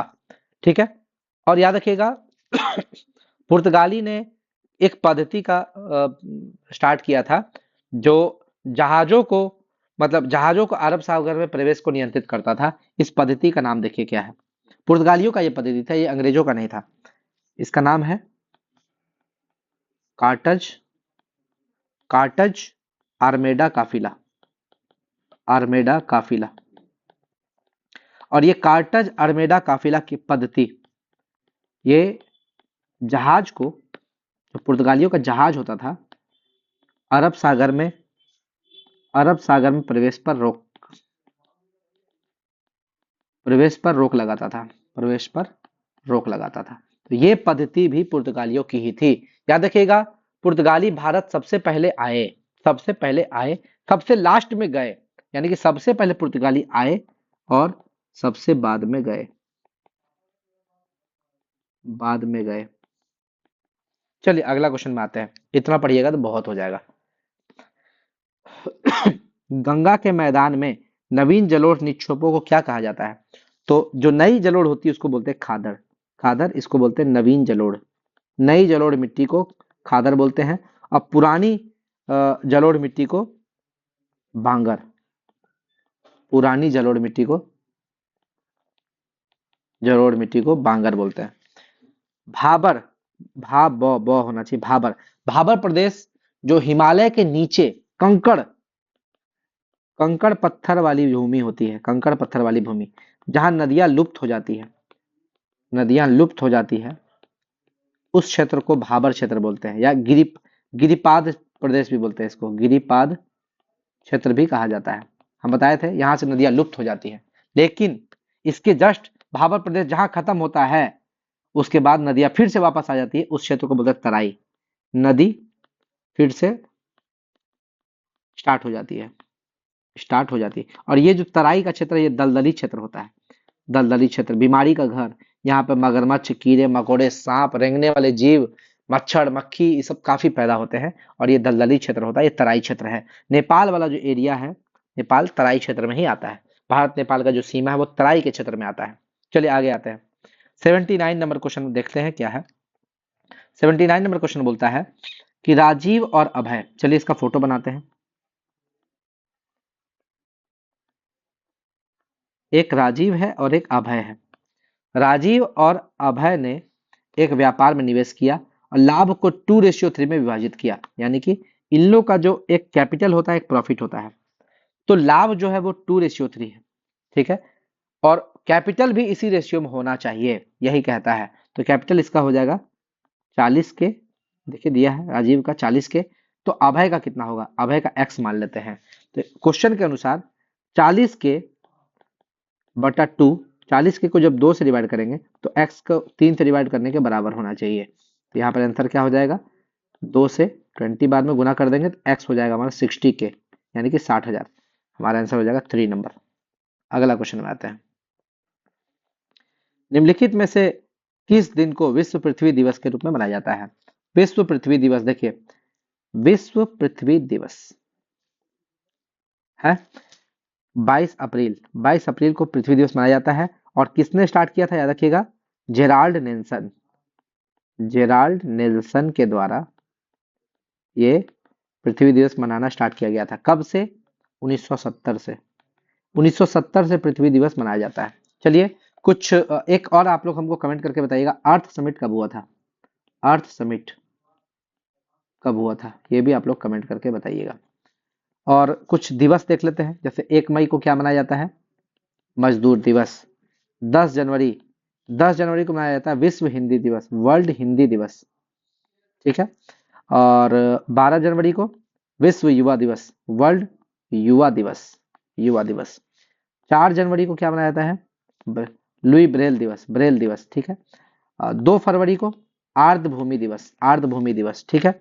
9 जनवरी को प्रवासी भारतीय दिवस, प्रवासी भारतीय दिवस। उसके बाद 24 जनवरी को नेशनल बालिका दिवस, राष्ट्रीय बालिका दिवस। उसके बाद 30 जनवरी को कुष्ठ रोग निवारण दिवस, कुष्ठ रोग निवारण दिवस, या कभी कभी इसको शहीद दिवस भी कहा जाता है, शहीद दिवस। और 4 फरवरी को कैंसर डे, कैंसर दिवस। 18 मार्च को क्या मनाया जाता है? आयुध निर्माण दिवस। आयुध यानी कि जो आर्टिलरी होता है, बंदूक वगैरह होता है, वो बोलते हैं आयुध निर्माण दिवस। 18 मार्च के बाद 18 अप्रैल देख लेते हैं, वर्ल्ड हेरिटेज डे, विश्व विरासत दिवस, विरासत।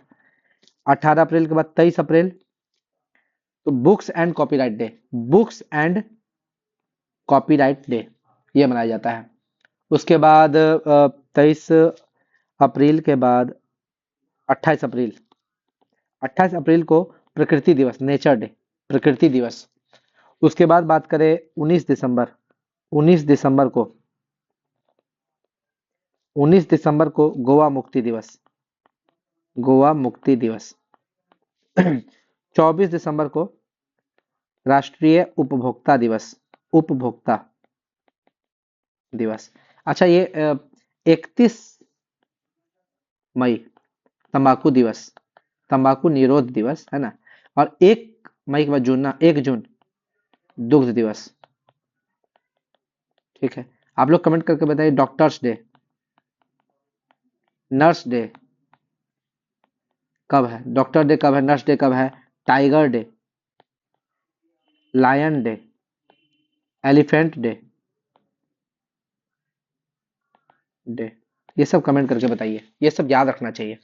ठीक है, चलिए अगला क्वेश्चन। ये डे वाला भी चीज खत्म हो गया, अब ज्यादा पढ़ेंगे तो वो घोच पोच हो जाएगा, आपको याद रखना है, यही सब प्रश्न पूछता है।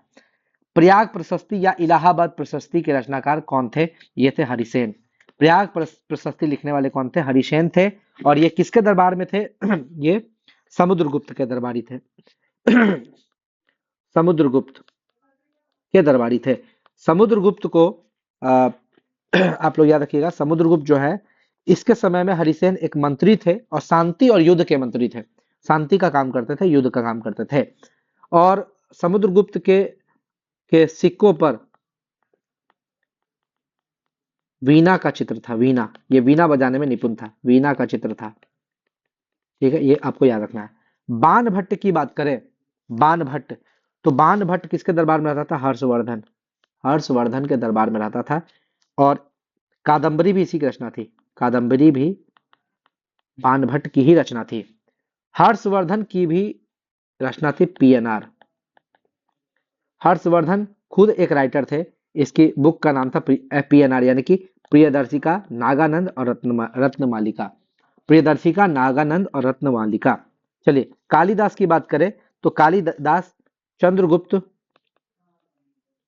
टू या चंद्रगुप्त विक्रमादित्य भी बोलते हैं, इसके दरबार में थे। और इसके दरबार में 9 रत्न थे, 9 रत्नों में से एक थे।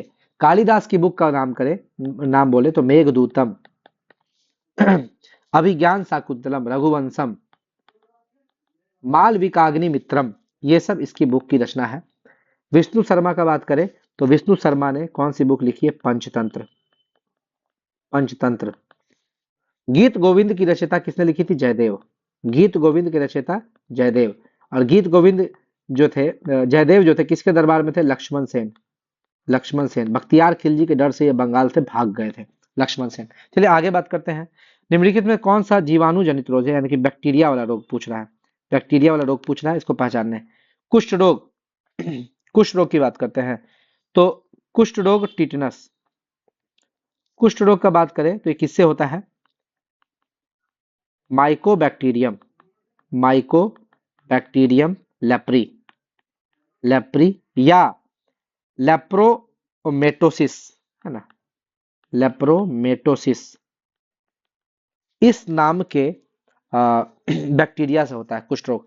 टिटनस का बात करें तो ये क्लोस्ट्रीडियम टिटनी, क्लोस्ट्रीडियम टिटनी। बायोलॉजी में एक चैप्टर है डिजीज 1 डिजीज 2, मैंने पढ़ाया है। डिजीज 2 पार्ट में है, 1 और 2, दोनों पार्ट जाकर देख लीजिए, आपका सारा डाउट क्लियर हो जाएगा। तो ये बैक्टीरिया से होने वाला रोग है कुष्ठ रोग, तो पहला तो सही है, ए नंबर। उसके बाद हैजा और मस्तिष्क का, मस्तिष्क का वर्णशोध। ठीक है, देखिए हैजा की बात करें तो हैजा को कोलेरा बोलते हैं। तो हैजा होता है Vibrio cholerae, Vibrio cholerae, cholerae. और ये, इसको हम हिंदी में नहीं पता क्या बोलते हैं। ठीक है, तो ये भी शायद जीवाणु से ही होने वाला रोग है। तो ए और बी तो सही हो गया, 2 नंबर, 2 नंबर आपका सही हो गया। पोलियो, पोलियो की बात करें तो ये पोलियो, पोलियो वायरस से होता है। ये वायरस मोतीझरावी वायरस, ये वायरस हो गया, तो सी तो गलत हो गया। न्यूमोनिया का बात करें तो न्यूमोनिया भी वायरस है, रेबीज भी वायरस है। रेबीज का कौन सा वायरस है? रोहबडा, रोहबडा वायरस, रोहबडा वायरस, रोहबडा वायरस से रेबीज होता है।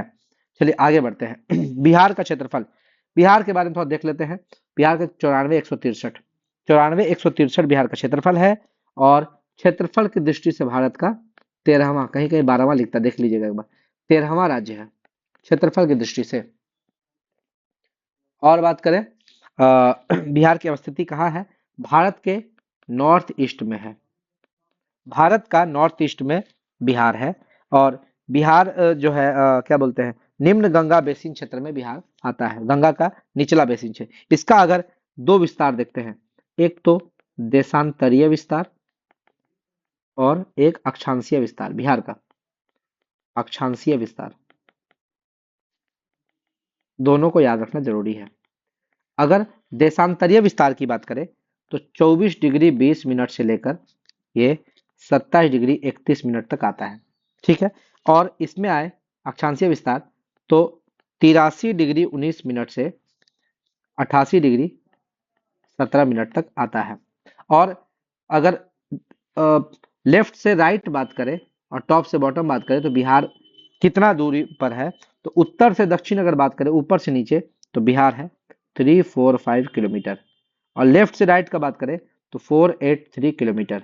अब बिहार का आकार कैसा है, आयताकार, आयताकार है बिहार का शेप, बिहार का शेप आयताकार है, ठीक है। और समुद्र तल से ऊंचाई कितनी है बिहार की, समुद्र तल से ऊंचाई 173 फीट, या इसको 53 मीटर भी बोलते हैं, 53 मीटर समुद्र तल से ऊंचाई।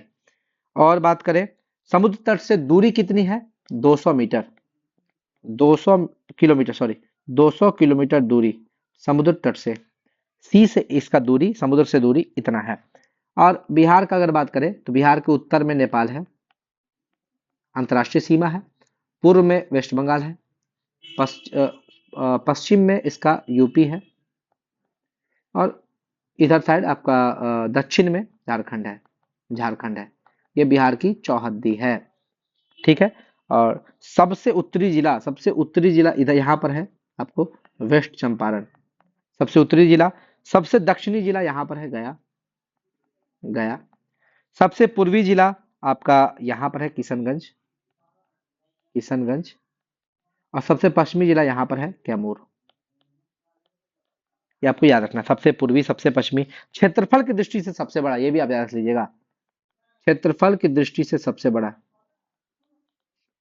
बड़ा और छोटा दोनों याद रखना है। तो क्षेत्रफल की दृष्टि से सबसे बड़ा जिला पश्चिमी चंपारण, और अगर बात करें सबसे छोटा तो ये हो जाएगा शिवहर। जनसंख्या की दृष्टि से पॉपुलेशन, पॉपुलेशन की दृष्टि से सबसे बड़ा कौन हो जाएगा, सबसे बड़ा पॉपुलेशन की दृष्टि से हो जाएगा पटना,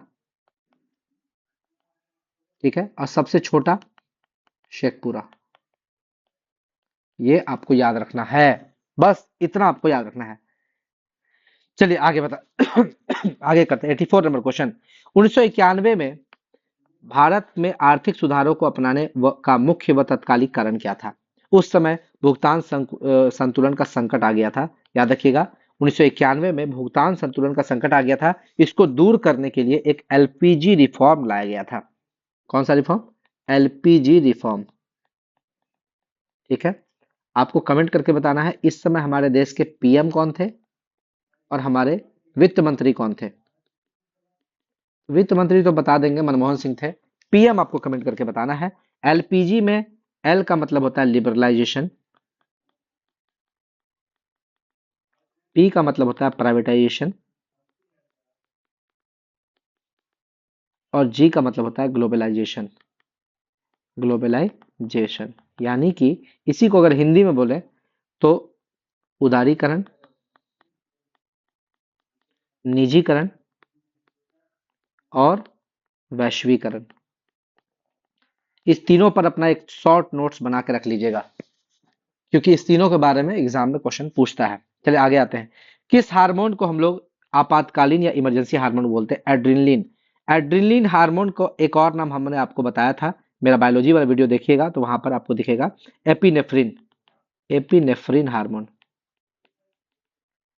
ठीक है। इसका काम क्या है, हमारे शरीर का जितना भी चीज है उसका रेट को बढ़ा देना। जैसे ये क्या करेगा, ब्लड प्रेशर को बढ़ा देगा, जब भी आप इमरजेंसी में होंगे आपका ब्लड प्रेशर को बढ़ा देगा, रेस्पिरेटरी रेट को बढ़ा देगा, पल्स रेट को बढ़ा देगा, सारा रेट जितना भी रेट है शरीर में सबको बढ़ा देगा। सांस आपकी तेजी से चलने लगेगी, आपकी आंख की पुतली फैल जाएगी, आंख की जो पुतली है वो फैल जाएगी, आंखें बड़ी हो जाएगी और आप लड़ने के काबिल हो जाइएगा। जैसे ये एपिनेफ्रिन हार्मोन जब आप जैसे मान लीजिए इसको, इससे आपके शरीर में क्या होगा, क्रोध होगा, क्रोध आएगा, क्रोध के समय आएगा, डर के समय आएगा, अचानक कोई आपको डरा दिया, मानसिक तनाव, व्यस्तता के समय भी आपका दिल धक धक जोर जोर से करने लगे, उस समय भी ये हार्मोन एक्टिव हो जाता है। और ये कहाँ से निकलता है? ये हार्मोन मेडुला से निकलता है, मेडुला से निकलता है, मेडुला से निकलेगा, ठीक है। इस हार्मोन को हम लोग 3F हार्मोन भी कहते हैं, 3F हार्मोन भी कहते हैं। और इसी को लड़ो या उड़ो, लड़ो और उड़ो, लड़ो और उड़ो हार्मोन भी कहते हैं। याद रखिएगा, किस हार्मोन को हम लोग लड़ो और उड़ो हार्मोन कहते हैं? तो वो यही हार्मोन एड्रेनलिन, ठीक है। अब इंसुलिन की बात करें, इंसुलिन तो हमारा शरीर में शुगर लेवल को कंट्रोल करता है, शुगर लेवल को कंट्रोल करता है, ठीक है। हमारा एक होता है पेनक्रियाज में लैंगरहैंस का द्वीप, लैंगरहैंस का द्वीप, लैंगरहैंस का द्वीप, वहां पर एक अल्फा सेल होता है, एक बीटा सेल होता है, ठीक है, और एक पीपी सेल होता है। कमेंट करके बताइएगा अल्फा सेल से क्या निकलता है, बीटा सेल से क्या निकलता है? यही जो बीटा सेल है, बीटा सेल से इंसुलिन निकलता है, बीटा सेल से। एस्ट्रोजन हार्मोन महिलाओं में पाया जाता है। और वृद्धि हार्मोन जो है ये एडीएच, सॉरी कौन सा हार्मोन है, ग्रोथ हार्मोन, ग्रोथ हार्मोन ना, जीएसएच, ग्रोथ स्टिमुलेटिंग, हाँ जीएसएच, हाँ जीएसएच बोलते हैं इसको, ग्रोथ स्टिमुलेटिंग हार्मोन। ये पीयूष ग्रंथि से निकलती है, पीयूष ग्रंथि। और पीयूष ग्रंथि को ही मास्टर ग्लैंड भी कहा जाता है, मास्टर ग्लैंड। क्यों? क्योंकि ये पीयूष ग्रंथि अकेले 9 हार्मोन निकालती है, 9 हार्मोन को निकालती है, इसीलिए पीयूष ग्रंथि को मास्टर ग्लैंड भी कहा जाता है। चलिए 86 नंबर क्वेश्चन, अगला क्वेश्चन हम लोग पढ़ते हैं। भारत का पहला राष्ट्रीय समुद्री जैव विविधता केंद्र कहाँ पर है? पहला पूछ रहा है, पहला राष्ट्रीय समुद्री जैव विविधता केंद्र, तो ये है आपका जामनगर में, जामनगर में। तो भारत के कुछ समुद्र संरक्षित क्षेत्र होते हैं, समुद्र संरक्षित क्षेत्र, ठीक है, जो भारत में गिने चुने हैं। एक तो अंडमान निकोबार द्वीप समूह में होगा, एक लक्षद्वीप में होगा, यहीं पर होगा। तो सबसे पहले देखिए, पहला है महात्मा गांधी समुद्र राष्ट्रीय उद्यान, समुद्री राष्ट्रीय उद्यान, ये है आपको वंडूर। और वंडूर कहाँ है? आपका साउथ अंडमान में, साउथ अंडमान, ठीक है। दूसरा रानी झांसी नेशनल पार्क, रानी झांसी नेशनल पार्क, ये भी आपका अंडमान में है। रिची आर्कीपेलागो, अंडमान में कहां पर? रिची आर्कीपेलागो में।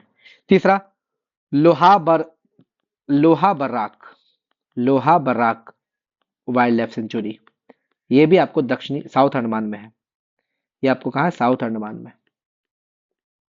उसके बाद आपको कैंपबेल, कैंपबेल अभयारण्य, ये भी आपको मध्य अंडमान में, कहां पर है? मध्य अंडमान। उसके बाद गैलाथिया बे, गैलाथिया बे, ये आपको ग्रेट निकोबार में है, ग्रेट निकोबार में है। और लास्ट में है पैट्रिक, सॉरी क्या हो गया, पैट्रिक वाइल्ड लाइफ सेंचुरी, ये आपको लक्षद्वीप में है। तो अगर आप इसको याद रखते हैं, ये 6 समुद्र संरक्षित क्षेत्र है जो एग्जाम में आपसे बहुत पूछता है। 6 का 6 नाम है। पहला है महात्मा गांधी, दूसरा रानी झांसी, फिर लोहा बराक, कैंपबेल, गैलाथिया बे और पैट्रिक वाइल्ड लाइफ सेंचुरी। इस 6 का 6 नाम आपको जुबान पर रटा हुआ होना चाहिए। चलिए आगे आते हैं।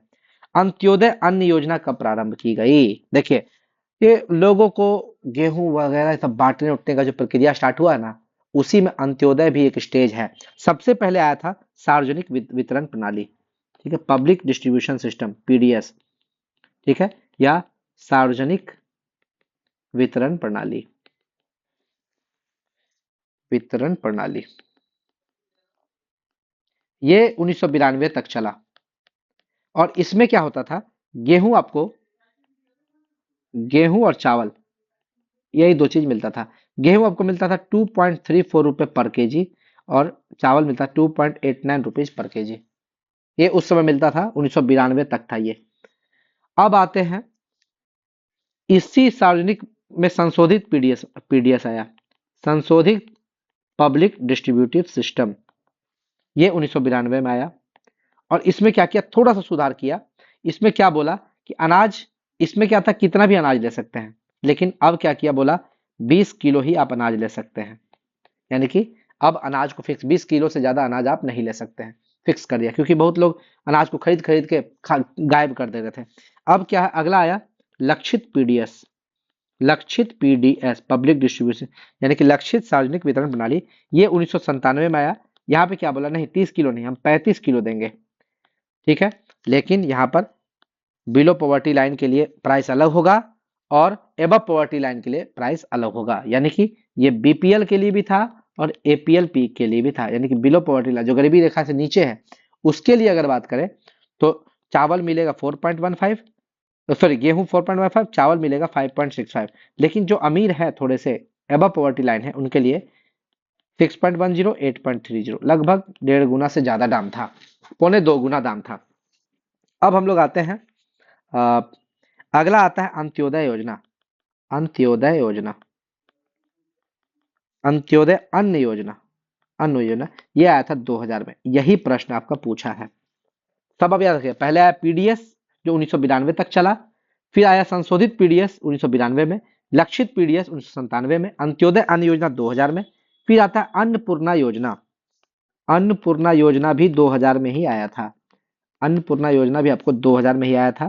क्या रखिएगा, अंत्योदय में भी आपको 35 किलो ही तक ही देता, लेकिन अन्नपूर्णा में आपको 10 किलो ही दे रहा था, यानी कि कम कर दिया।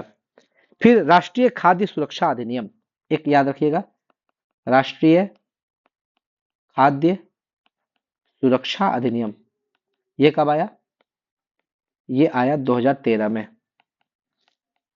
ये एक व्यक्ति को 5 किलो आपको देता था, क्या बोलते हैं, 5 किलो प्रति व्यक्ति को देता था, जिसमें 2 किलो गेहूं, 3 किलो चावल और 1 किलो अनाज देता था। यही सिस्टम था आपका राष्ट्रीय खाद्य सुरक्षा अधिनियम में। चलिए, ये तो 87 नंबर क्वेश्चन हो गया। अब हम लोग 88 नंबर क्वेश्चन में आते हैं। 88 नंबर क्वेश्चन क्या कहता है, भारतीय संविधान के कौन सा भाग को 7वें संविधान संशोधन 1956 के द्वारा हटाया गया। सबसे पहले समझिए, 7वां संविधान संशोधन 1956 में क्या हुआ था। इसमें राज्य पुनर्गठन आयोग का रिपोर्ट लागू करने के लिए इस संशोधन को लागू किया गया था। राज्य पुनर्गठन आयोग, या फिर इसको फजल अली आयोग भी बोलते हैं, ठीक है, या इसी को फजल अली आयोग। ये आया क्यों था, ये आया था राज्यों को भाषाओं के आधार पर बांटना, ठीक है। लेकिन क्या राज्य को भाषाओं के आधार पर बांटना, लेकिन भाषाई आधार पर आंध्र प्रदेश का गठन तो हुआ था तेलुगु भाषा में। लेकिन अब देखिए, ये पार्ट 7 इसमें हटा था, 2 नंबर इसका आंसर हो जाएगा। पार्ट 7 का कौन सा आर्टिकल था, आर्टिकल 238। 238 को हटा दिया था। ये कहता क्या है कि पहले भारत का जो राज्यों का वर्गीकरण किया गया था, वो क ख ग और घ के आधार पर किया गया था, क ख ग घ। लेकिन अब क्या किया गया, उस सबको समाप्त किया गया, ये वर्गीकरण नहीं होगा, क ख ग घ में भारत का वर्गीकरण नहीं होगा। अब भारत का वर्गीकरण क्या होगा, भारत केवल 14 स्टेट्स, और इस संशोधन के द्वारा 14 स्टेट्स और 6 यूनियन टेरिटरी होगी। 7वां संविधान भाग 7 में क्या था, क ख ग और घ के रूप में डिवाइडेड था, जो अब खत्म हो गया।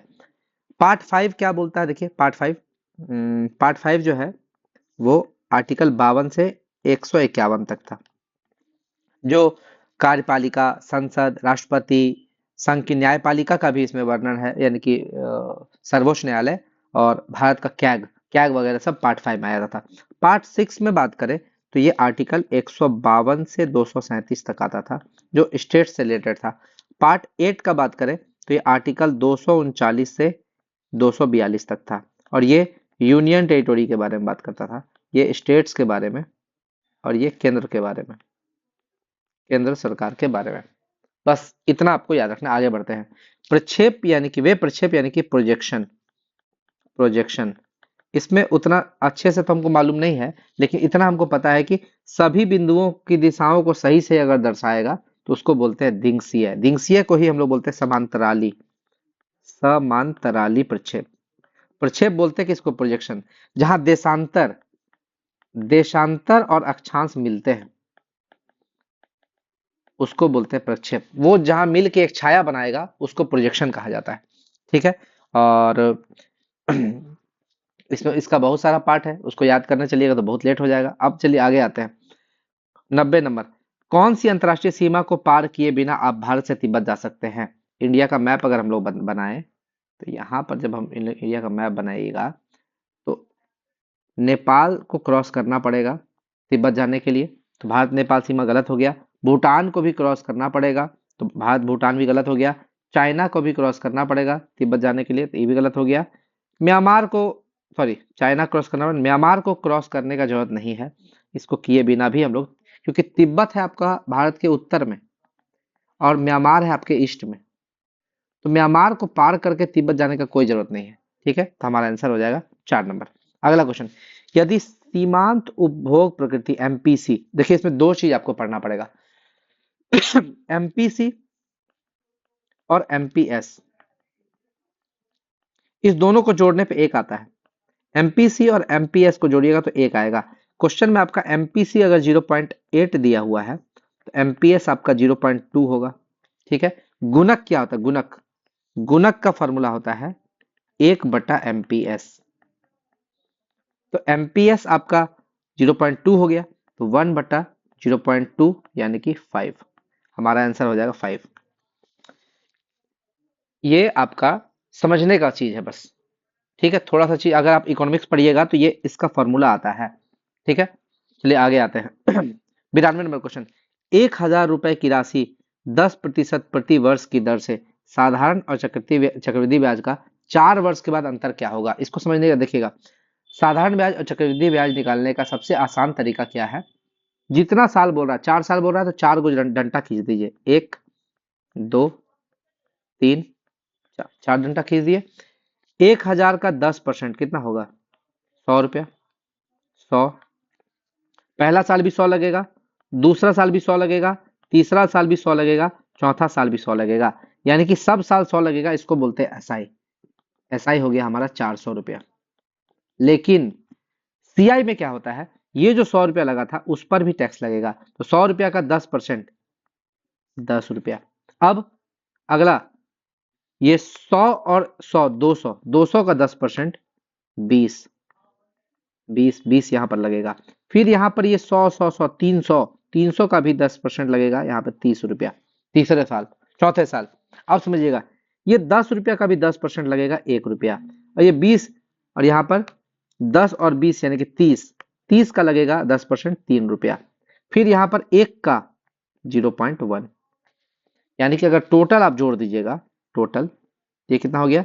ये हो गया 400, ये हो गया 20, 30, 60, 4 और 0.1, यानी कि सीआई कितना हो गया? सबको जोड़ दीजिएगा तो हो गया 464.1 रुपया। हम लोग से पूछ रहा है एसआई और सीआई का अंतर, तो सीआई माइनस एसआई कितना होगा? 64.1 रुपया। और ये हमारा आंसर हो जाएगा 4 नंबर। ये सबसे आसान तरीका है एसआई और सीआई के क्वेश्चन को सॉल्व करने का। आगे आते हैं। अल हिलाल नामक अखबार की स्थापना किसने की थी? तो देखिए, अल हिलाल और अल बलाग, इस दोनों अखबार की रचना की थी किसने? अबुल कलाम आजाद ने। अबुल कलाम आजाद ने। चलिए देख लेते हैं। और अबुल कलाम आजाद का बुक हम लोग देखते हैं, थोड़ा इसके बारे में जानते हैं। अबुल कलाम आजाद कौन थे? अबुल कलाम आजाद जो थे, प्रथम शिक्षा मंत्री थे भारत के।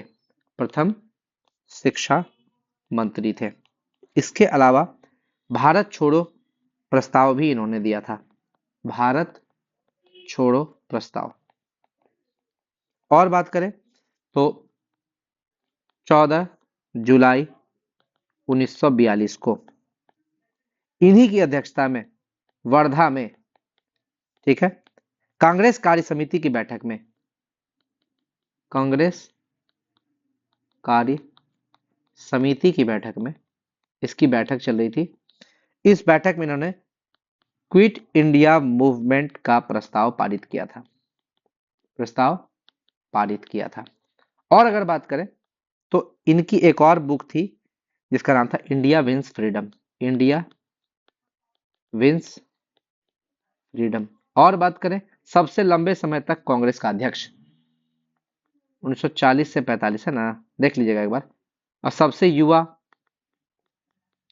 युवा कांग्रेस के अध्यक्ष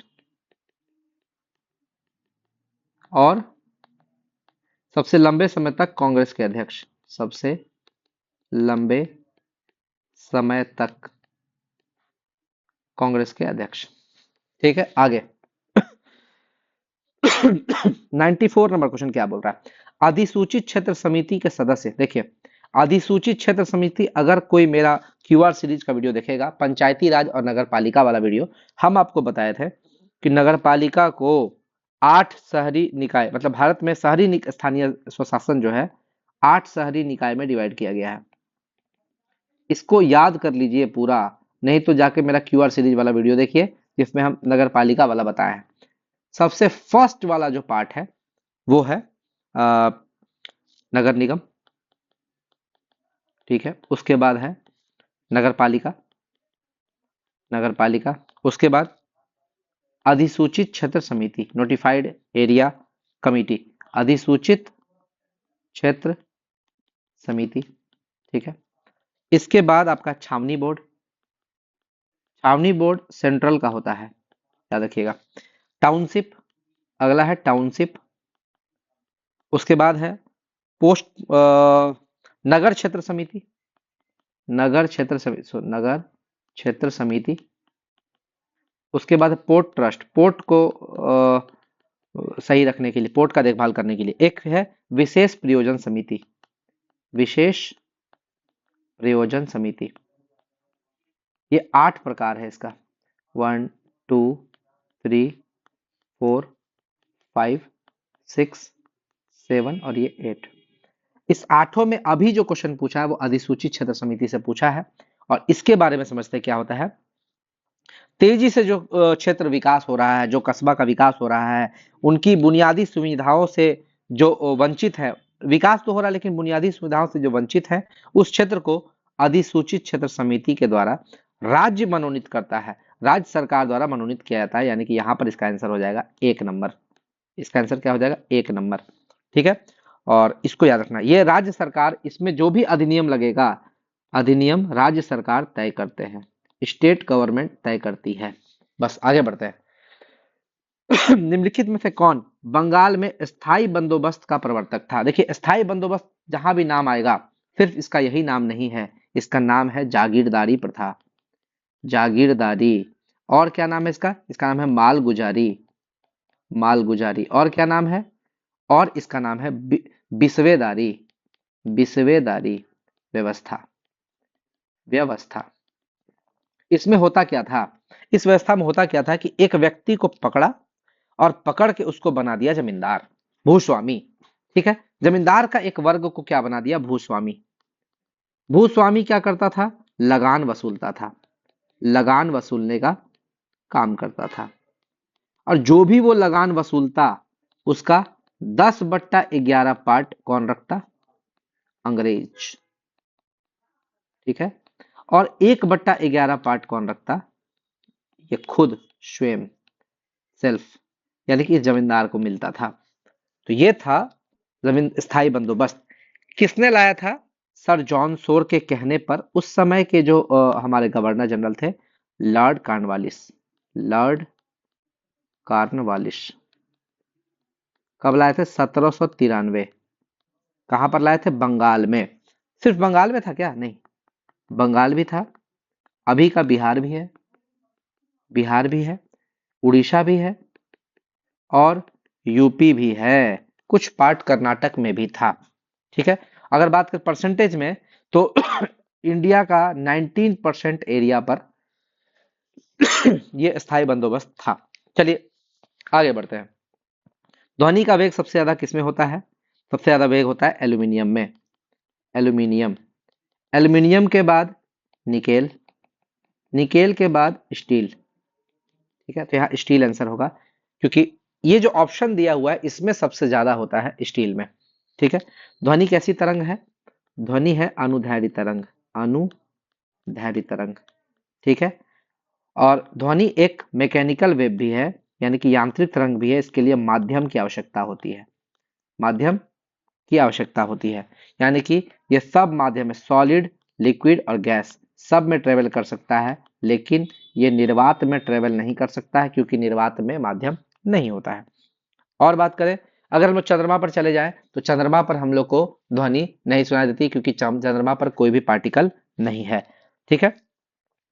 एक माध्यम से जब अगर हम लोग दूसरे माध्यम जाते हैं, मान लीजिए एक माध्यम से गए दूसरे माध्यम, तो क्या होता है, स्पीड बदल जाता है,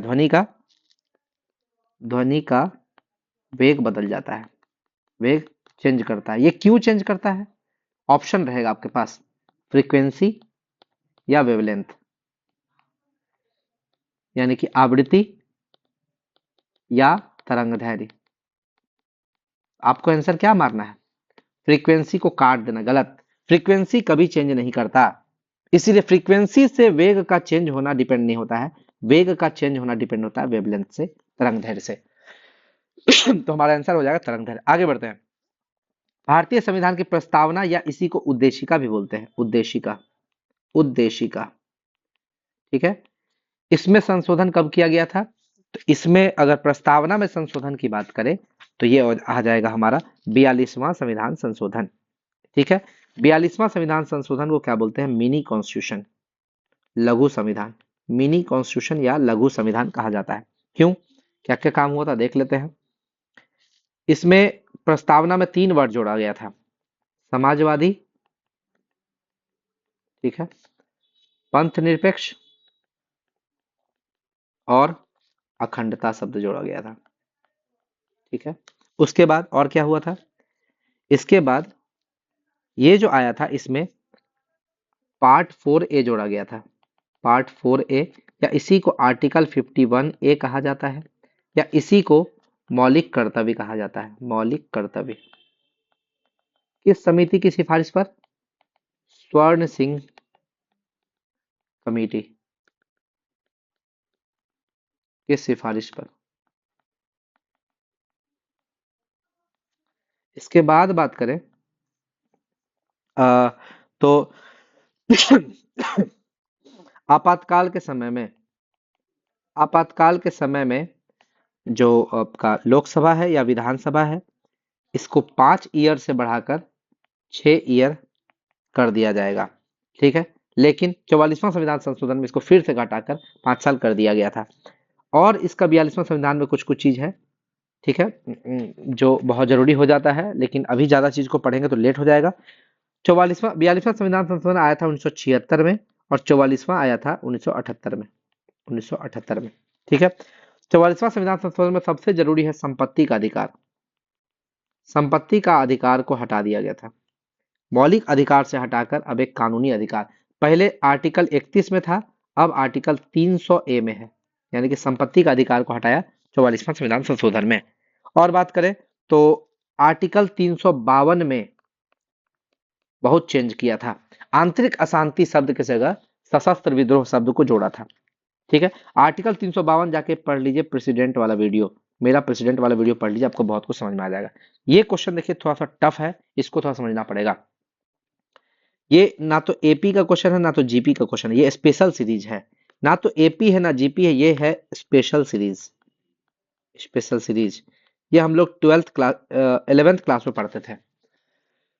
देखिए, इसको मान लीजिए एस, जो आपको दिया हुआ है इसको मान लीजिए एस, एस है आपका 1 प्लस 2 का स्क्वायर यानी कि 4, 4x प्लस 3 का स्क्वायर यानी कि 9x स्क्वायर, 4 का स्क्वायर यानी कि 16x cube, plus dot dot dot dot. अब जब भी ऐसा सीक्वेंस आएगा तो s को एक x से मल्टीप्लाई कर दीजिए, तो 1 को जब x से मल्टीप्लाई करेंगे तो x, तो यहाँ हो गया x, फिर यह 4 को x से करेंगे तो 4x स्क्वायर, 9 को x से करेंगे तो 9x क्यूब, प्लस ऐसे करते करते जुड़ेगा। अब इसको जोड़ते हैं, घटाते हैं, s में से sx को घटा देंगे तो क्या होगा, यहाँ पर 1 था, 1 ही रह जाएगा, 4x में x घटा तो हो गया 3x, 9x स्क्वायर में से 4x स्क्वायर घटा तो क्या हो गया 5x स्क्वायर, 16 में से 9 घटा 7x cube, plus dot dot dot dot. अब देखिए फिर हम लोग क्या करेंगे, इसको फिर एक बार x से मल्टीप्लाई कर देंगे, यानी कि s माइनस एस एक्स जो है उसको फिर x से मल्टीप्लाई करेंगे तो क्या होगा, ये 1 को x से मल्टीप्लाई करेंगे तो यहाँ x, फिर 3x को करेंगे तो यहाँ हो जाएगा 3x स्क्वायर, फिर 5x को करेंगे तो हो जाएगा 5x cube plus dot dot dot, फिर घटा देंगे, क्या हो जाएगा, ऊपर वाले से नीचे वाला घटाएंगे तो s माइनस एस एक्स, फिर S x plus S x square बराबर, अब यहाँ पर क्या हो जाएगा देखिए, 1 का तो 1 ही रह जाएगा तो यहाँ हो गया 1 प्लस 3x में से x गया तो 2x, फिर 5x में से 3x स्क्वायर गया तो 2x स्क्वायर, फिर 2x क्यूब, फिर 2x 4, ऐसे करते करते हो जाएगा। यहाँ पर s कॉमन ले लेंगे तो बचेगा क्या, 1 minus 2x plus x square बराबर, यहाँ पर क्या हो जाएगा 1 प्लस 2x कॉमन ले लेंगे तो क्या हो जाएगा 1 plus x square plus dot dot dot, ये हो गया जीपी में, ये हो गया जीपी में, और ये a माइनस बी का होल स्क्वायर है तो क्या हो जाएगा s इंटू 1 माइनस एक्स का होल स्क्वायर, इसको जब सॉल्व करेंगे तो यही है, इसको जब सॉर्ट करेंगे तो यही हो जाएगा, और यहाँ 1 प्लस 2x, और ये जो आपका आता है जीपी में, इसको सॉल्यूशन करेंगे तो GP of infinite term, GP infinite term होता है a बट्टा 1 माइनस आर, ए होता है पहला टर्म, आर होता है कॉमन रेशियो, तो पहला टर्म है 1 और कॉमन रेशियो x, तो 1 बट्टा 1 माइनस एक्स, तो यानी कि इसके जगह पर 1 बट्टा 1 माइनस एक्स लिख देंगे तो क्या हो जाएगा, यहाँ पर हो जाएगा आपका s इंटू 1 माइनस एक्स का होल स्क्वायर इक्वल टू, यहाँ पर 1 माइनस एक्स कॉमन ले लेंगे तो क्या हो जाएगा 1 माइनस एक्स प्लस 2x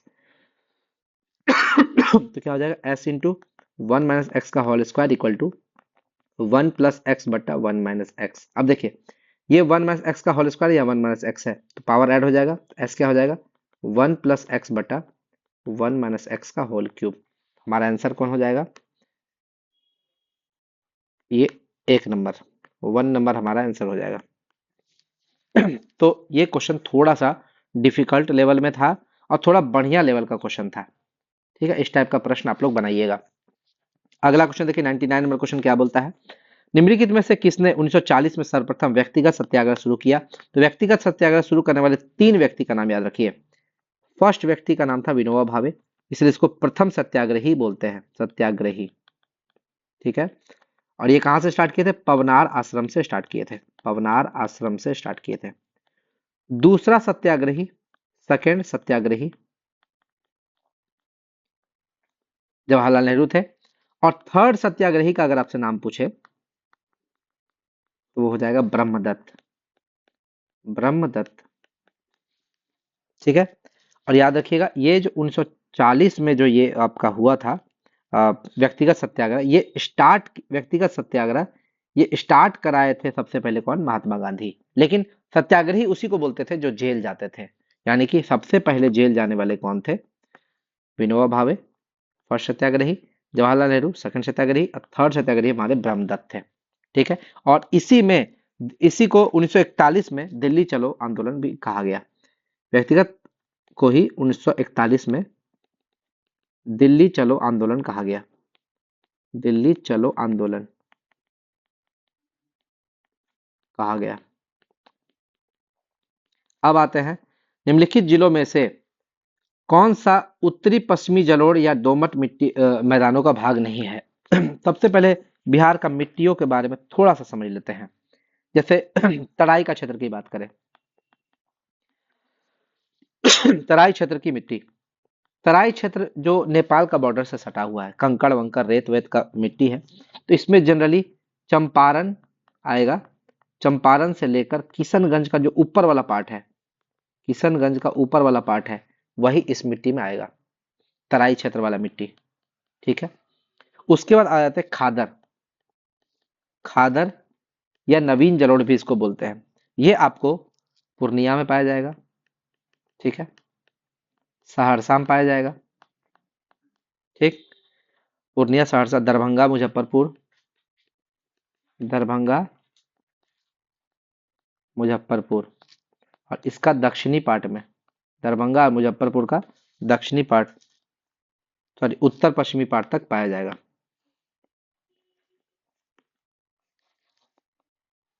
उत्तर पश्चिमी पार्ट, नॉर्थ वेस्ट पार्ट तक, ये हो गया खादर। इसके बाद एक मिट्टी आता है बाल सुंदरी मिट्टी, बाल सुंदरी मिट्टी को ही दोमट मिट्टी भी कहा जाता है, ये कहाँ पाया जाएगा? बाल सुंदरी मिट्टी पाया जाएगा दरभंगा, मुजफ्फरपुर, इसका साउथ पार्ट, साउथ वाला पार्ट पे, ठीक है। और पूर्णिया, सहरसा का भी, इसका भी साउथ पार्ट, साउथ पार्ट में आपको बाल सुंदरी मिट्टी पाया जाएगा। उसके बाद टाल मिट्टी, टाल मिट्टी जहां पर जल जमाव से जो मिट्टी एकत्र हो जाता है उसको टाल मिट्टी बोलते हैं। ये पाया जाएगा आपको बक्सर, पटना, मुंगेर और भागलपुर। इसके अलावा बांगर, बांगर मिट्टी जिसको पुराना जलोढ़ भी बोलते हैं, या इसी को बलथर भी बोलते हैं, बलथर मिट्टी, या इसी को लाल पीली मिट्टी भी बोलते हैं, लाल पीली मिट्टी भी बोलते हैं। ये आपको जनरली पाया जाएगा गया में, पटना में, मुंगेर में और भागलपुर में। इन सब का दक्षिणी पार्ट में, साउथ वाला पार्ट में ये पाया जाएगा। और यहाँ पर मोटा अनाज जनरली उगाया जाएगा। तो ये था मेरा आज का वीडियो। कैसा लगा आपको मेरा वीडियो? अगर आपको मेरा वीडियो अच्छा लगा होगा मेरे चैनल को लाइक शेयर और सब्सक्राइब जरूर कीजिएगा। ज़्यादा से ज़्यादा लोगों को फैलाइएगा। धन्यवाद।